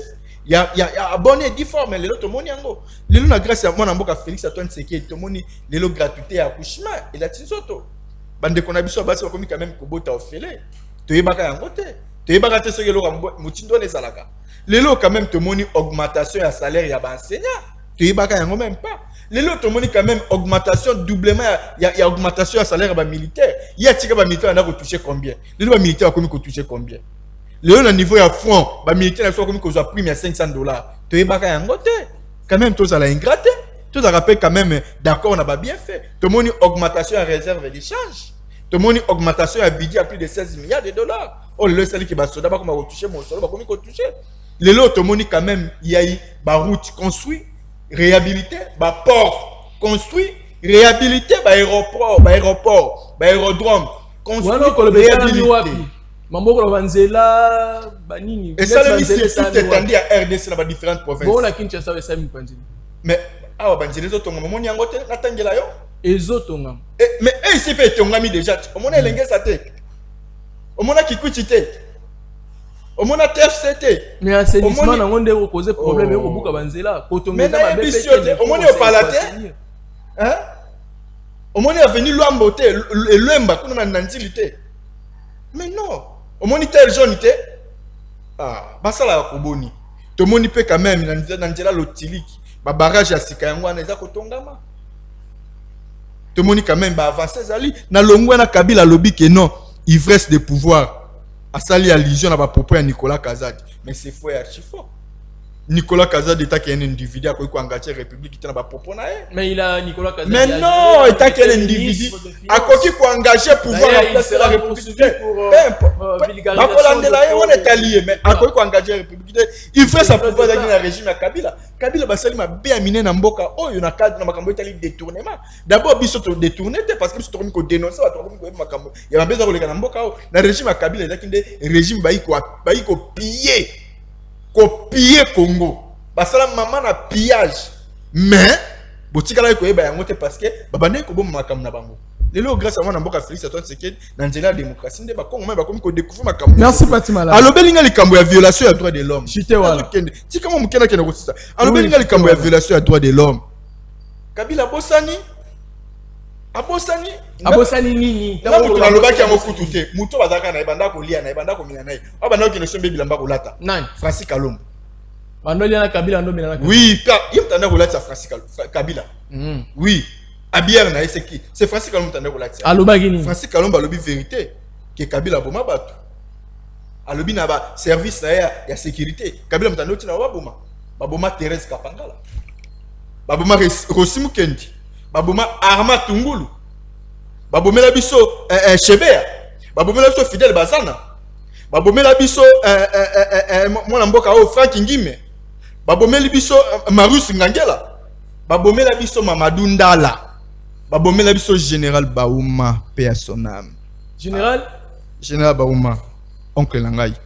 Molimone pe mana kimia Kabila mutabomai. Abomeli biso Mbuja Mabe. Mbuja Mabe pe Kabila. Mais c'est Kabila. Kabila mutu oyo azali ba moko ya ba commanditaire ba auteur ya ba crime salme ba kamwela saf. Babudi dia Congo. Kabila atindi ba service na ye. Mais non, atindi ba service na ye. Kabila boloba Kabila boma po esalama na moment oyo ezalaka président de la République ne boloba ke ya boma to boloba ngo po ye penza mutu aboma batwana. Mais ça bolobi par exemple la boma kibo. Non, un exemple était pas mais na ebisi so lobi est-ce que Kabila boma ki mutu ça dit azwa ki mandu ki a pointé vers mutu abomi et toi fait sur oh. Ngaite Francis Kalombo. Ye mutaba Kabila boma. Kabila alobi Kabila mutatinda nde batu bakini ko boma batwana. Alobi ke Kabila mutatinda ki batu na ba permanence ya IDPS. Na ba Frank Diongo baboma batu vif batumba batu nde batumba batu ya kotala. Ngaite c'est Francis Kalombo. Francis Kalomba suki wana te aibisi biso lui ba fausse commune ngana yeba kama ba fausse commune mboka ote mutameme biso ba fausse commune c'est Kabila ba fausse commune ya Maluku Sele Nikole nani si ce n'est pas Kabila kobwa kabakora batuna ba ebale si ce n'est pas Kabila Kabila ko ko la modèle te pona biso vraiment Kabila lobby que régime actuel ezali régime ya ba tribalisme merci Fatima c'était là-bas na suka wana na likambo tribalisme au Kabila lobby Kabila bosani que régime mwana mboka Félix Antoine Tshisekedi efungoli nde motema beaucoup plus na ba Swahilifone bo baza ba bo eza na tribu moko te o eza beaucoup plus ba bénéficiaire na régime ya Félix Antoine Tshisekedi ko ba Swahilifone to banda na ba kambia ba institution lokola Assemblée nationale Swahilifone Sénat Swahilifone to longwe wana to ye na niveau ya FARDC nana za kokamba chef d'état-major général Swahilifone to ye wana na niveau ya service à renseignement Kachatwale adanani Swahilifone ite to longwe wana to ye na ba ministre belé awa baza dominé ce n'est pas de Swahilifone to ken na directeur à cabinet à chef de l'état aza Swahilifone ite mais basa kakasiboni oyo aza kokamba numéro 1 oyo aza kokamba service ya oyo kamba nini ba garde républicaine général Kabi à Kabila azanan Swahilifone ite oyo ko général Pacifique o tema kamba renseignement sur la phase de sa monde na RDC azanan Swahilifone ite est-ce que yo kende koloba okende ko comparer chef de l'état Félix Antoine Tshisekedi na tribalisme oyo lakisaki à ciel ouvert quand bien même ozaki no Congo manité mais obima na ngambu ya ndenge papa na biso Ngoyi Mukena mulimo ne pe mana kimia ministre de la défense ancien ministre de la défense Ngoyi Mukena alobaki ngane mutu na pesa Kabila kombo wana ezaka kombo na ite ngane mutu na pesa kombo wana Ngoyi Mukena alobi na pesa kombo ba pesa mais Kabila to commission Congo mani Kabila oyaki na baboti Kabila oyaki na ndenge moko ba kokotala tamba mbele misatu te to pesa na mwasi ya Congo mani to tangi so classe na mboka oyo okomi soit docteur lelo na mboka oyo ba yebaka ote Congo façonné Congo tombolo Congo commission place oyo komi lelo komi un grand vers la RDC merci okomi un grand vers les Congolais l'ingratitude est condamnable merci Fatima vous allez payer ndenge Savimbi a payé ki na Angola ndenge yo peut payer. Merci Pati Malanga. Allez, il y a Grâce Soleil qui nous suit depuis quelque part. Grâce Soleil, merci d'être scotché, branché. Grâce Soleil, merci. On va, avant de prendre les appels, vous allez m'excuser. Donc, mais ça la moi analyse, qui en fait na flash bino moké. Et ça na koulut na Patrick Lokala. Vous allez me repérer penser sango. Tu taki natala qui tweet nae à lobby. Kabila a 3 options. Oyaye nango à mettre en place. Il y a les bosseux ali. Faire un coup de force, donc prendre la République démocratique du Congo par les armes ou par force. Et ça, première volonté, toi vouloir, toi option.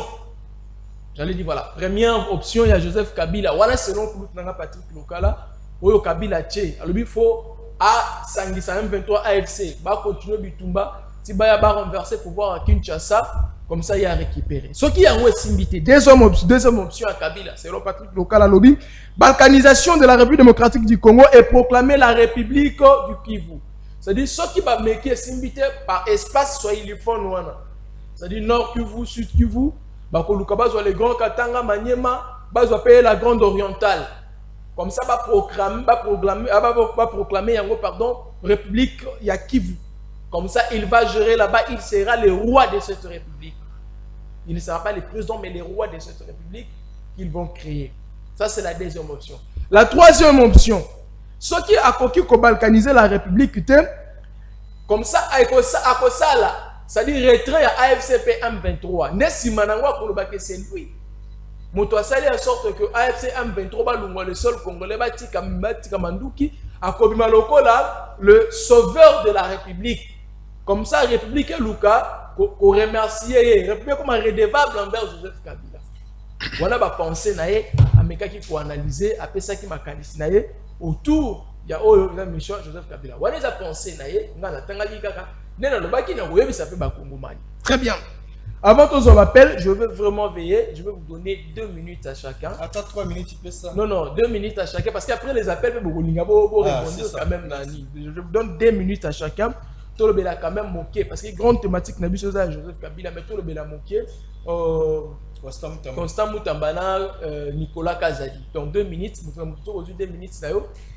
Gérer un malam pour tout ça. Je vais déjà appeler au côté Bela. Docteur Lelo. Assemblée nationale, en fait, procureur général, il y a Cour de cassation, à Sengi, l'Assemblée nationale. Bon, à Osenga qui autorisation, il y a Constant Moutamba autorisation, à Sengi P, lever ma immunité à Nicolas Kazadi, ancien ministre de la Finance, pardon, ou à Zalelo, député national, on va poursuivre contre propagation ou vulgarisation. Il y a secret d'État, propagation des faux bruits. Oh, il y a des côté de Bouloko. À exposer l'État congolais. Déjà, démarche wana yoloko la moko ba kongomani. Vous trouvez un louable tout ça quand même règlement des comptes les lots au sommet de l'État tout entre ba kozinabi sur la République. Merci beaucoup Ndeko Ezekiel. Yo lingolo bela mingi likambo itali oui, je sais. Plus bien, il y a aussi un gabiso dans Ndeko koluba na olinga mingi olobela biso likambo itali bon tobali na Constant Mutamukolo bwaka mwambo et après olobeli mingi yo na olinga olobela mingi likambo ya Nicolas Kazadi. Merci beaucoup Ndeko nanga Ezekiel. J'espère que ngai na sujet wana na lingaka plus kolobela makambo ya bonne gouvernance parce que bonne gouvernance est caractérisée par l'impunité. Et lelo par rapport il y a effectivité à état de droit. Et ça, dans un pays démocratique, tout ça n'a pas intouchabilité. Les différences na biso, il y a pouvoir, il y a mon amour Félix Antoine Tshisekedi, na Oyo Kabila, il y a mon banda koloba, Oyo Zalaki, le kola conglomérat, il y a détourner.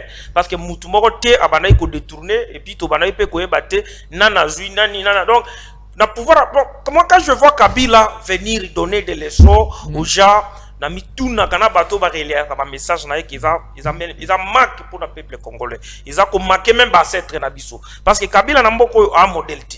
Mais lelo quand même tout ce que vous êtes en train de dire, ils ont ba signaux et la kisi état na kati état de droit. C'est-à-dire mutu moko azali likolo ya mibe côté et à travers micro na yo naza ko profiter na pesa longonya mingi na mwana mboka président ya cour constitutionnelle mwana mboka Dieudonné Kambuleta o lelo à la kisiete aza mutu moko akosimana na tata mokozi ya mboka po ete tozala na pays moko ya betouchabilité parce qu'après condamnation ya mwana mboka Augustin Matata Ponyo tout le monde a vu parce que il nga kieza la kola jurisprudence moko batu banda kosali la ngoma mona c'est comme si so comme premier ministre bako condamné oté mais lelo à travers moi namboka travail moko oyo moi namboka dire donner kambuleta aza ko sala il a qui c'était mutu nyonso aza likolo ya mibe côté et matata ponyo pona bato bande ko kanisa ete na mboko matata ponyo aza touchable aujourd'hui matata ponyo était condamné et c'est quelqu'un qui est recherché par la justice et na pona kozonga par rapport na démarche oyo uti koloba eza démarche moko démocratique eza normal président de la Cour de cassation, même fondé à Sengaki Assemblée nationale, pas sa autorisation. J'espère que pas sa autorisation, mais lobby li tout mona ki susu magistratie ba Sengaki li susu. Donc eza ba signer la qui était pour na bande ko kabila na batonyo so bande ko kanisa ki état de droit ko salate. Lelo avec moi nambo ka fi sa Tshisekedi, il y a plus des intouchables. Donc tous en pays eza ceux qui ba soupçonner yo soko za congolais ba soupçonner yo na makamoko quel que soit niveau na yo et lo konyo soza et donc ndenge nyoso zaleli l'état qui ko bengisa yo pe ba yo kayo donc eza exercice moko eza normal pour ngai yango ndeza ko la kisete to na kati état de droit donc eza ba signaux fort o epesami parce que lelo to na nzela parce que to monaka l'époque kabila batu moko bazalaka lokola ba touchable et eloko ya boye etika ko salema te depuis Congo eza Congo et salemi kaka na kati ya mboka kaka na moment oyo mwana mboka Félix Antoine Tshisekedi daza alobaki na ye que avant kende akusala et nyonso pe congolais nyonso à vivre état de droit pe to lukaki yango yo malheureusement bato ba mesana na yango te parce que babiloko yo lelo so bato ba komona yango normal parce que bato wana mona soki mutaza ministre soki mutaza ancien ministre soki mutaza député azomi mona lokola za touchable mais lelo avec Félix Antoine Tshisekedi toza na pays moko eza normal quel que soit poste oyo occupé ce qui justice a soupçonné occupé kosenga yopoya parce que kosenga mutu bayo kae elobite ki ba condamner parce que loko est très important bato tozo différencier makambo parce que bato bazo kanisa loko so ba bengisi mutu c'est-à-dire c'est ba condamner non ba condamner te ba soupçonner yo il faut bayo kayo on se justifie donc c'est ça merci beaucoup mesdames Bolela Constant Mutamba Nelo poursuivable Nicolas Kazadi, ancien ministre de la Finance, actuellement député national, Yepé Basengi Balandelaye, parce que la vulgarisation, il y a un secret d'État, et puis propagation de faux bruits. Comment jugez-vous cette mesure prise par le président? Il y a Cour de cassation, il y a République démocratique du Congo. C'est une particularité na pouvoir, il y a Félix Antoine Tshisekedi Tshilombo. Nous avons vu un directeur de cabinet et un chef de l'État être poursuivi, transféré à la prison. Bien que ça a été non, nous avons quand même vécu cela. C'est-à-dire, on peut voir, mais au moins. Un de Ezekiel, aujourd'hui 30 secondes, na 2 minutes, na 10 minutes, na 2 minutes. Allez-y. Donc, compteur à 0. Nous avons vu, na Katia pouvoir, il y a Félix Tshisekedi, un directeur de cabinet, interpellé à la justice, transféré, jugé et condamné. Depuis RDC et Zala Totikala Komonamote. Nous avons vu dans le pouvoir de Félix Tshisekedi Tshilombo des proches du pouvoir poursuivis. Et Lelo Oyo, Tozomona, un ministre de la justice qui doit faire face à la justice. Bato balukaka bilan ya Tshisekedi banotaka déjà. Ce sont des points positifs. Nous allons peut-être aussi voir na pouvoir, ça c'est peut-être ça ma prévision. Nous allons aussi voir na pouvoir, il y a Félix Antoine Tshisekedi, un ancien chef de l'État, poursuivi, condamné et arrêté. Et ça sera toujours dans l'effectif. Il y a bilan, il y a Félix Tshisekedi Tshilombo. Et qu'on peser et qu'on faire beaucoup plus aimer la population. Mais dans l'aspect, il y a Constant Mutamba nazo relevé et le komoko o esengeli tata mokonzi asa yela nango keba. Quand il s'agissait de lever des immunités, il y a Augustin Matata Ponyo. Vous avez vu combien le président de l'Assemblée nationale tergiversé. Mais quand on arrive à la levée des immunités, il y a Constant Mutamba, ça a pris une vitesse. C'est-à-dire? C'est parti sans problème. Le président de l'Assemblée nationale s'est directement jeté dans l'eau et il a directement accéléré la mesure. Jusqu'aujourd'hui où Matata est condamné, ces immunités n'ont jamais été levées au niveau de l'Assemblée nationale. Et ça reste des points d'interrogation. Pourquoi 2 poids, 2 mesures? Et si cela est le cas, le chef de l'État doit ouvrir maintenant l'œil pour savoir banani bazo collaborer na bazo pesa musala malamu to bazo saile musala mabe. Constant Moutamba devant la justice, c'est tout à fait normal. Très bien. Nul n'est au-dessus de la loi, il doit répondre parce que 39 millions de dollars. 39 millions de dollars, Neko Ezekiel, ça fait 39 kilomètres de route à Kinshasa. Le lot où na Kinshasa pour rouler, il faut aller plus ou moins 50 000 francs dans la poche. Ah oui. Aujourd'hui, moto, Victoire, et l'Engue, ça va être 6 000. Aujourd'hui, Kikuit, ça va être 8 000. C'est ça. Donc, si on a un bon côté na Kinshasa, côté Moulaté, faute de route. Alors, 39 millions, ça pouvait nous construire au moins 39 km de route. Et aujourd'hui, cet argent-là était destiné à la construction. Il y a des maisons carcérales et tout ça.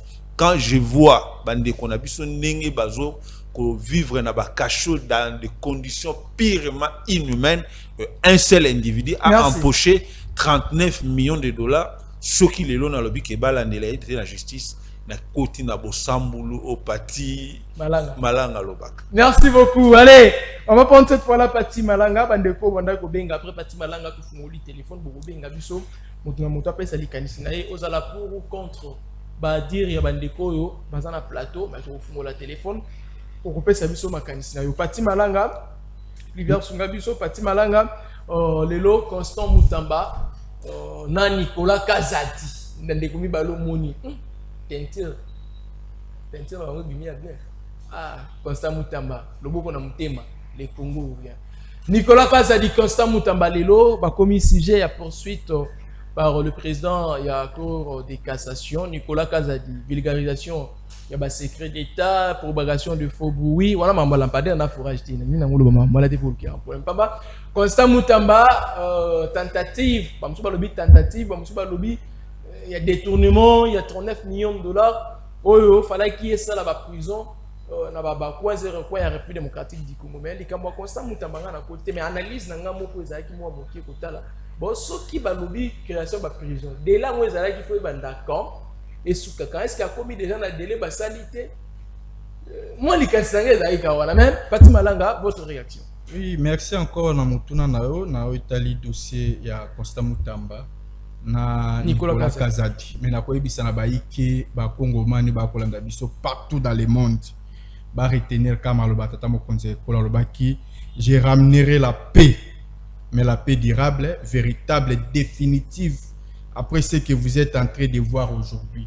Tous les Philistins que vous voyez aujourd'hui, demain ou après-demain, ba komona bango lisusuté et il y aura plus de problèmes de l'instabilité na mboka na biso wana ezali ve na serma o tata mokonzi ko la sala ki liboso ba Congomani bazala na elika ete bitumba na tata mokonzi ekolo ekola tanzoto pe toko vivre na paix durable okacha monyele mo ekolo ya biso ya Congo mais ngai some ba congolais Pati Malanga la makambo Italie justice ndeko Ezekiel na za d'abord beaucoup plus démocrate na zalaka beaucoup plus na ba réserve ya kolobela makambo Italie justice parce que na lingaka justice et ça la mosala na yango parce que justice ali juge au milieu du village. Très bien. Mais état que politique hein nde yangwana na romanyola mwa muke na bosongoti na maimaso yo ti koloba awa moningala ko pelo mwa biso oyo ko ti bosongoti oyo babengi ndeko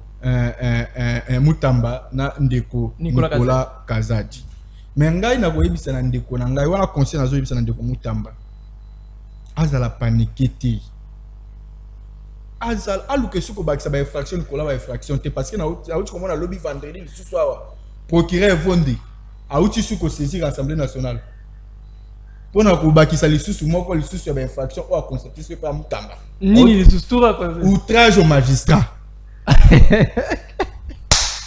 mukolo Moutamba yaki akira ko sala meeting liboso ya palais de la justice non d'abord na meeting d'abord ça dit dans 9 millions na outrage au magistrat il y a Moutamba et saisir le sous parlement lobby grand frère Moutamba outrage au magistrat Ndeko Mutamba, ça la kimia. Alobi, celui qui se sent piqué connaît l'affaire. Mais Mouto aza innocent alobakate. Tika ki innocence na yo et dans la prouver liboso ba Congomani. Yo zala na yo kimia. Yo yeba na ko démontrer biso ka noir sur blanc que ozali na yo coupable na yango te. Na otali réquisitoire ou topé réquisition procureur. Ngai côté na ko commenter na yango te parce que procureur Moussa les a comme infraction. Koluka bisika mbeba ezali. Donc c'est tout à fait normal, dans la logique. Mais yoka c'est le procureur. Procureur a lobby que Mutamba aibaki ko senga na premier ministre à ça la procédure, il y a gré à gré. Mais premier ministre à ça la nini aboyaki. Aboyaki na ye procédure wana, aibaki na ko histoire yan alingaki na ye lokwa ni salemati. Viva raison au premier ministre Moko a yebaki na ko évoquer.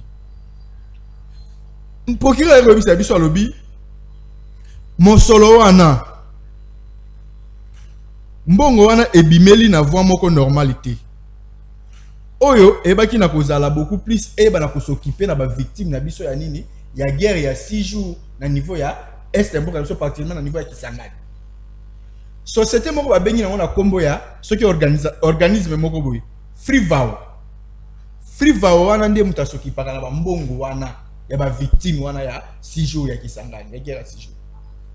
Mais baza surpris comment la kenon mbongo wana et respecter tambuseli na yango te po ekende na chaîne ti na niveau ya finance. Mbongo wana et respecter procédure te ebimi elongwe na Frivao ebi na ko se retrouver na compte moko boyi ya société moko ba bengi yango Zion Construction. Société wana balobi na compte na adaka seulement na $5,000. Mais ba comprendre te ba ke ko tira mo solo ebele bongo ndenge nini. So 19 millions. 19 millions de dollars. Il paraîtrait que les sociétés wana a sali pas même 5 ans une année seulement. Est-ce qu'il y a ça habilité il y a ko gagner marché à monnaie modèle wana en termes de construction babi société n'est même pas reconnue. Procureur a lobby pour naïe amoni yango un peu louche. OK. Amoni yango un peu flou. Amoni comme suma bo sambulu za na katwana. Nde yango la kenda ko saisir parlement pour que ba pesa ye autorisation ya poursuite liboso ya ndeko Mutamba. Très bien. Et na minute yo ba parlementaire ndenge ka caméra lobby ba ko boma na bango Mutamba te. Ba ko condamner na bango ete soki ndenge nini. Mais azo kendende à répondre devant justice. Na maimaso na bakisation baso batie likolo na ye. Ezate ke to salela yango, hein? To comme comme si j'ai moko ya ko banda ko le balade comme et comme si elingi maman polémique. Merci. Aussi longtemps que tous en la démocratie, tous en état de droit, tout tika justice ça musana yango. Mais lukola to koyeba na sima wana parce que ba soupçon o ba soupçonner hier de Mutamba to koyeba noir cible sur la dans la kati bien dans la kati. Merci Patrick. Tentative de détournement na bayi maé ba ko kambaka ba institution ba za ko asimaka ba responsabilité ba ke na déjà infraction. Merci. Soki ekozala bongo totika justice musana. Merci beaucoup. Soki ekozala bongo te totika justice musana mais nga souci na ngeza liteke mwana mboka Mutamba abima sale na ba biloko albusambulu bongo en quelque sorte wana une façon Yako cracher sur génération Oyo. Merci. Bonjour mon émission préférée. Vraiment, félicitations pour votre sujet du jour. C'est Grand Soleil. Merci. Bonjour monsieur le journaliste. Namakambo Oyo Nyoso. Cause Nayango Eza Nini. Monsieur le journaliste, Batuya IDPS Balobaka. Pour Balobaka. Naba sentimate biso peuple tozomona Kimuyibi Eza Makasi na régime Oyo. Bonjour, Nazana Posa Fungola, président Miso, Fungola président Miso, Bazo Luka, Babimisa, Mutamba wana po Paboma président. Voilà, Mutalubinga t'es bien qui n'a pas écrit son nom. Bonjour papa Ezekiel Kamere Aza juste été. Asali 2 poids 2 mesures. Fachi Asengana CPI mandat d'arrêt ya Kabila. Papa Paul na Kasangulu. Ah, papa Paul na Kasangulu. Merci beaucoup. To fungoli téléphone au bengo pesi di kanisina yo appelle à liboso. Allô bonjour de Kobengi biso ape komonai. Oui, au bengo ape komonai. ndeko Christian Namonga Fula tozoka.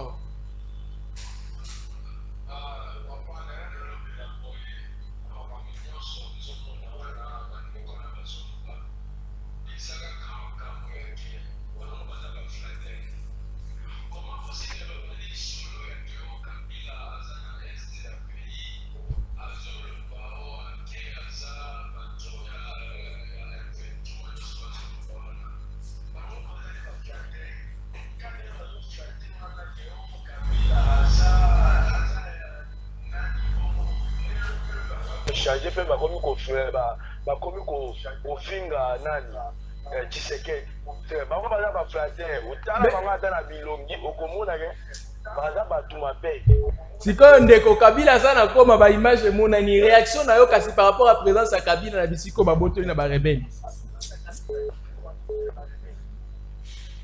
C'est nazo yoka bango c'est il faut pas aller bape que Kabila à cause à la kuna ko trouver personne.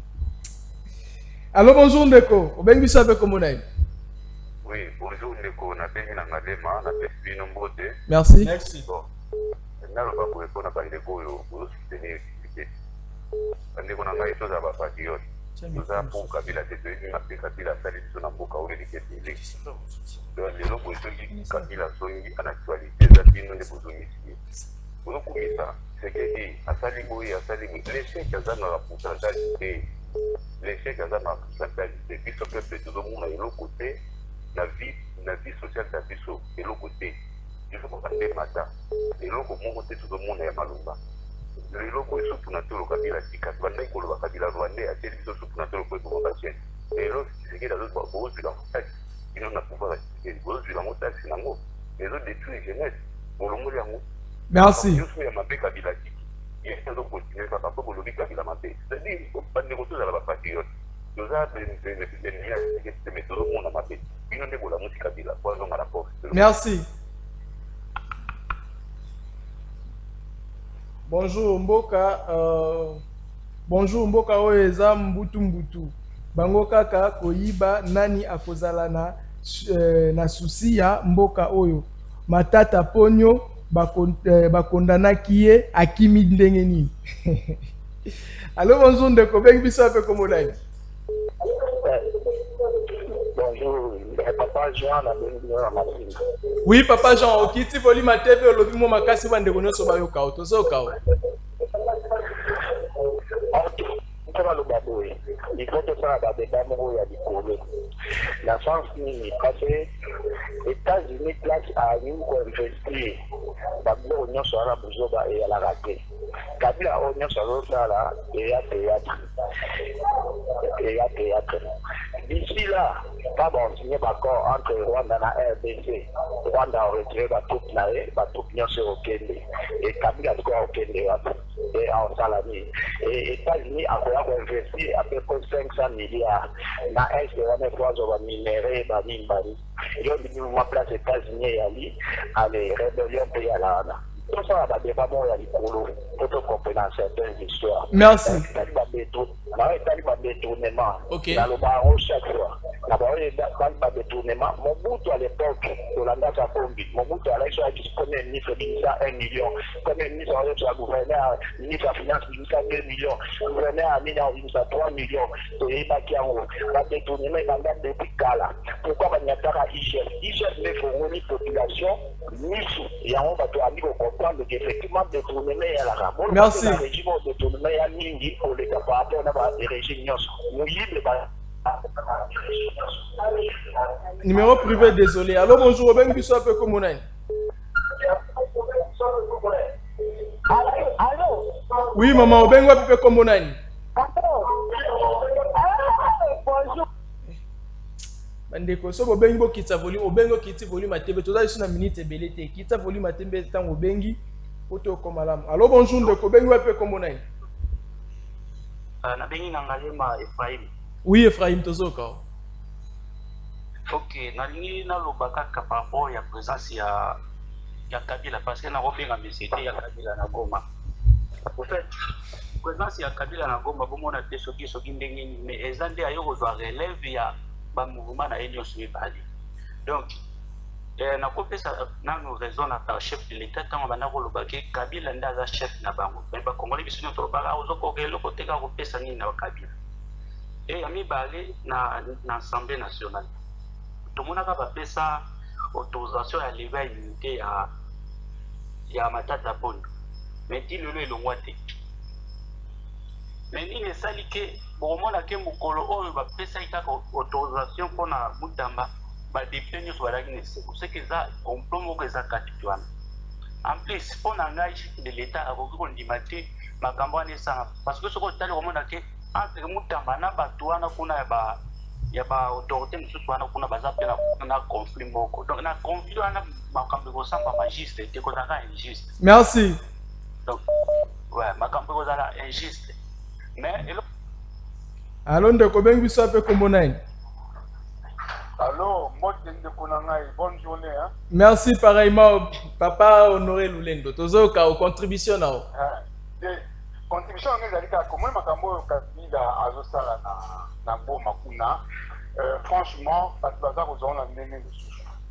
Or Kabila lelo soki balanda discours na ndenge alobela na suka.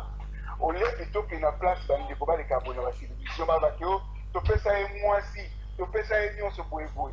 Bende banga ba comprendre moi binyo sokuba nga batala discours ya mwa mbalwana na mamboka ko ezali mana nini ba kati ba zube expert mo bache baba na kodie donc on va pas décortiquer mot en mot na discours ya kati mais les gens ne l'ont pas fait bango bazo kende kaka na ba sentiment baza ko juger Kabila au lieu plutôt ba juger landela likamoni donc ba comme ko critiquer personne ya kati or déjà erreur si on a un dossier à Mutamba ye a un problème beaucoup à Salaki.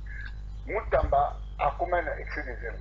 Mutamba pour comprendre que le niveau où il y a Komelaki, il fallait avoir l'intelligence. Il y a un lot de conduire qui va pouvoir le lot, bah du coup ça va conseiller, va conseiller ça va petit confiance, petit quartier, beau frère nangai, na ceux qui n'ont. Or conseiller ça dit nous devons là. Avant on le langage oyo, kalaboy, salaboy. Comment expliquer que Mutamba a mis chez mon agouffre? Abandi mukolo dosane bini akei ote wako meka kosala nini aokene prison ils ont fake news mukete ozoma ke makambo za kolanda tina suka na nguko azali siko ici ami koti sina la place belé oh soka za ki mutama yele akoka ko vendre kaza Nicolas Kaka mingoni kaza puissant tikana kinanga lubalanga ona ko koloba mais bazo comprendre que les gens des images en boka lelo 500 nambo kaka ya ni 145 territoires tout comme on a que non 511 millions au bapesa na FMI kaka 9 millions de monana donc 502 millions ne sont les pungi pozo moi te que mboka za okena ndinga mabe. Merci papa Honoré. Merci. Merci papa Honoré. Allez, na m'appelle peut ceux qui sawa, on signaler biso photo kata. Tosi déjà moins temps et belé, bande beaucoup benga désolé, to quoi m'appelle bien sauter. Mais to bandina docteur Joseph dans 30 secondes, ne vous inquiétez, dans 30 secondes docteur. Awalelo Constant Mutamba poursuivi au qui ba réaction bandeko moto nyonso ameki koloba kwa koloba. Alors docteur Joseph Jadio réaction par rapport à l'appel à Bandeko et puis toko ça nini to zonga pour aussi sa émission. Docteur, votre réaction? Bon, réaction nanga par rapport à makambo Bandeko bauti koloba. J'espère que bazaba Kongoman ba pesi ba vi na bango. Mais j'espère que yo moko pe yo ki soué na bango. C'est que nous pouvons les rassurer ça que oyo ba ko dénoncer par rapport à makambo Kabila aza kosala na este eza logique et aujourd'hui aucun Congolais sérieux akoki kozala d'accord na Joseph Kabila te. Aucun Congolais sérieux. Aucun Congolais sérieux akoki kozala d'accord na Joseph Kabila te. Par rapport pe na ndeko ya lobi ke Kabila kuna akei na ye po na ko réconcilier Kabila o réconcilier nani. Kabila lui-même, c'est un problème déjà. Depuis tant que na Mokonzi, biso to banda koloba, Kabila lui-même c'est un problème déjà. Kabila tia kolinga ba Congolais. Kabila c'est quelqu'un qui n'a jamais donné confiance à un Congolais. yango wana omonaki ntango azokenda alobi natikala kopesa peuple congolais oyo nakokaki kopesa bango te parce que nazalaki na 15 personnes na pembeni na nga te. Donc c'est quelqu'un a qui réconcilier Batou et puis réunion à Zosala wana eza réunion na ba membre na ya M23. Merci. Non, donc eza le komoka ko kamate mais d'ici là c'est que moi je suis en train de rassurer na ba congolais nyonso quel que soit le direct que ça va prendre boye baké Kabila bako kangaye bako la bisoye na Kinshasa bako tchaye na makala. Merci. Parce que aza muto aza participer na ko kufa ya ba congolais. Kabila n'est pas un modèle. Donc c'est quelqu'un oyo lelo congolais nyonso sué na eza bakangi la biso Kabila baye la biso ye na stade de Martinique awa. Merci. To basambisa ye par rapport na ba congolais nyonso ya boma. Donc Kabila n'est pas un modèle. Pour na muto azolo ba Kabila n'est pas un modèle. Merci docteur. Merci. Kabila n'est pas un modèle. Kabila selon le docteur le faut bakanga Kabila baya ye basambisa ye na stade de Martinique babenga ba congolais niveau ba retourner sa stade. Ni procès à Joseph Kabila, ancien président de la République. Alors, Kabila, voilà docteur Joseph Alobi Kabila, Bakangaye, Basambisaï na stade des martyrs. Alors, ceux qui ont voie légale au Sengeli, la République, et poursuivre, c'est bon.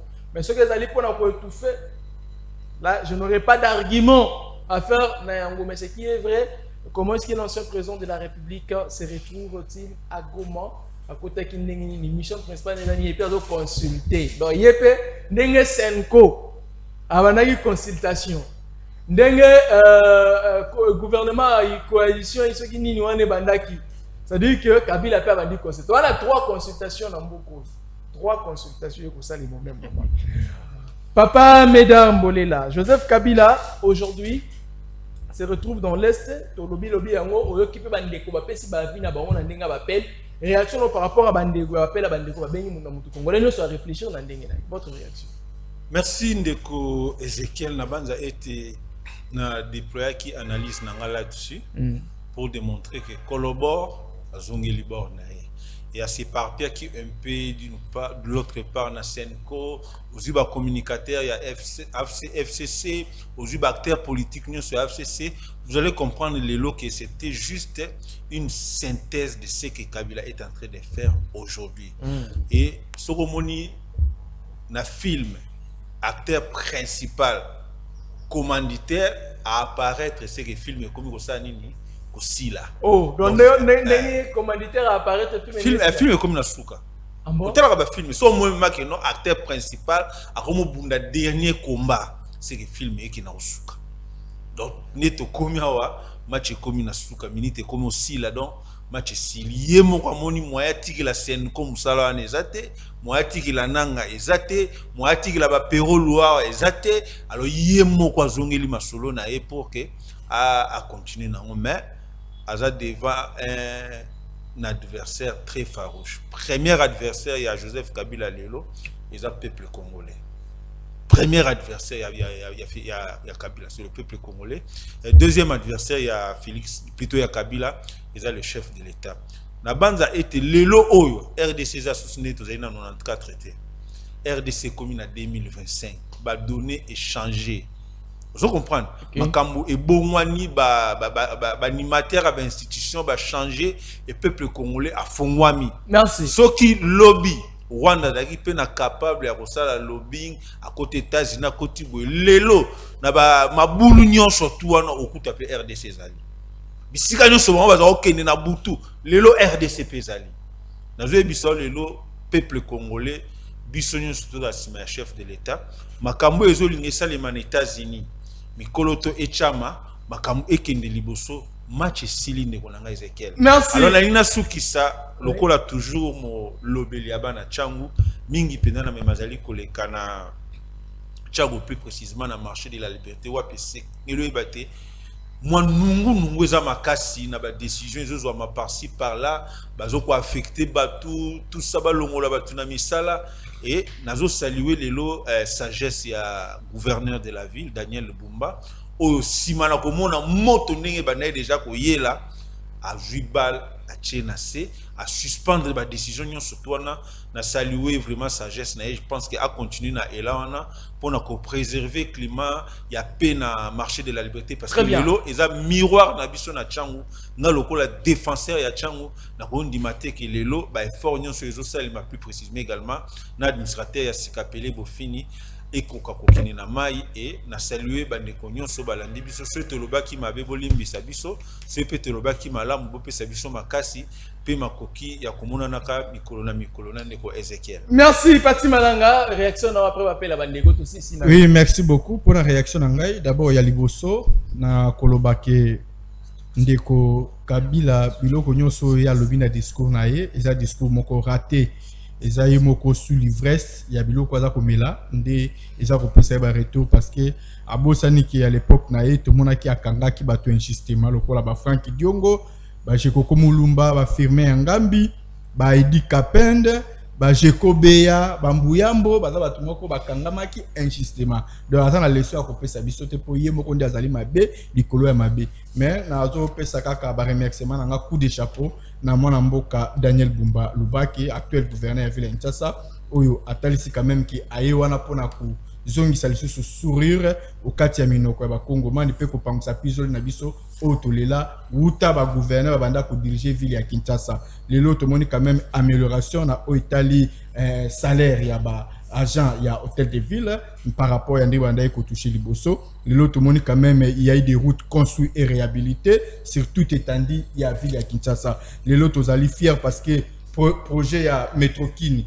lelo yo ezongi lisusu eza ko débuter d'ici mois de novembre il y a 2025 au déjà coût ya financement provisoire ya liboso et kozali ya $700,000 au déjà baza ko démarrer na yango musala et tout le monde lelo au déjà plus de 3000 routes au ezali en cours ya réhabilitation sur toute étendue ya ville ya Kinshasa et plus de 90 km de routes déjà réhabilitées na niveau ya ville ya Kinshasa dans moins de 11 mois mais tout le monde misala ya minene ya kokamba. Merci Pati Malanga. Ti a totalisé 5 ans nae tout ça ko espérer que quand même ville ya Kinshasa ekolata langi ya sikape et kozonga na kombo na yango tuyebelaka yango kala Kin Label. Merci Pati Malanga. Docteur Joseph, il y a quelque chose à rajouter au conclura qui déjà oui Joseph oui. Vous voulez rajouter quoi? Ndenge kaka na lobaka so itoyaka parce que tout ça na mambo ya loba nga attaquer communicateur d'état parce que awa pakamunyo so tolobi résumé nango eza bonne gouvernance parce qu'on a kosukisa na kosenga na tata moko jamboka parce que awa tozoki na gouvernement union nationale attaque la biso na nini ya EPST parce qu'aujourd'hui rien ne marche.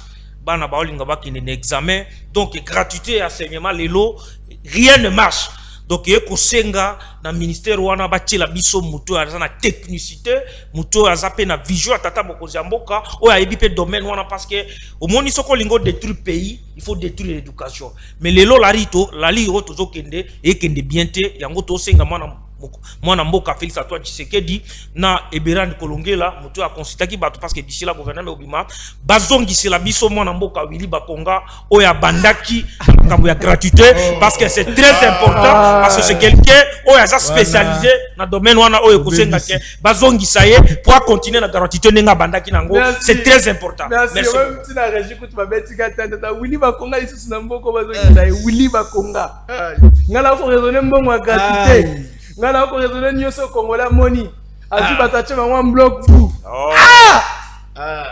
émission si merci Nabi émission si na Congo to telema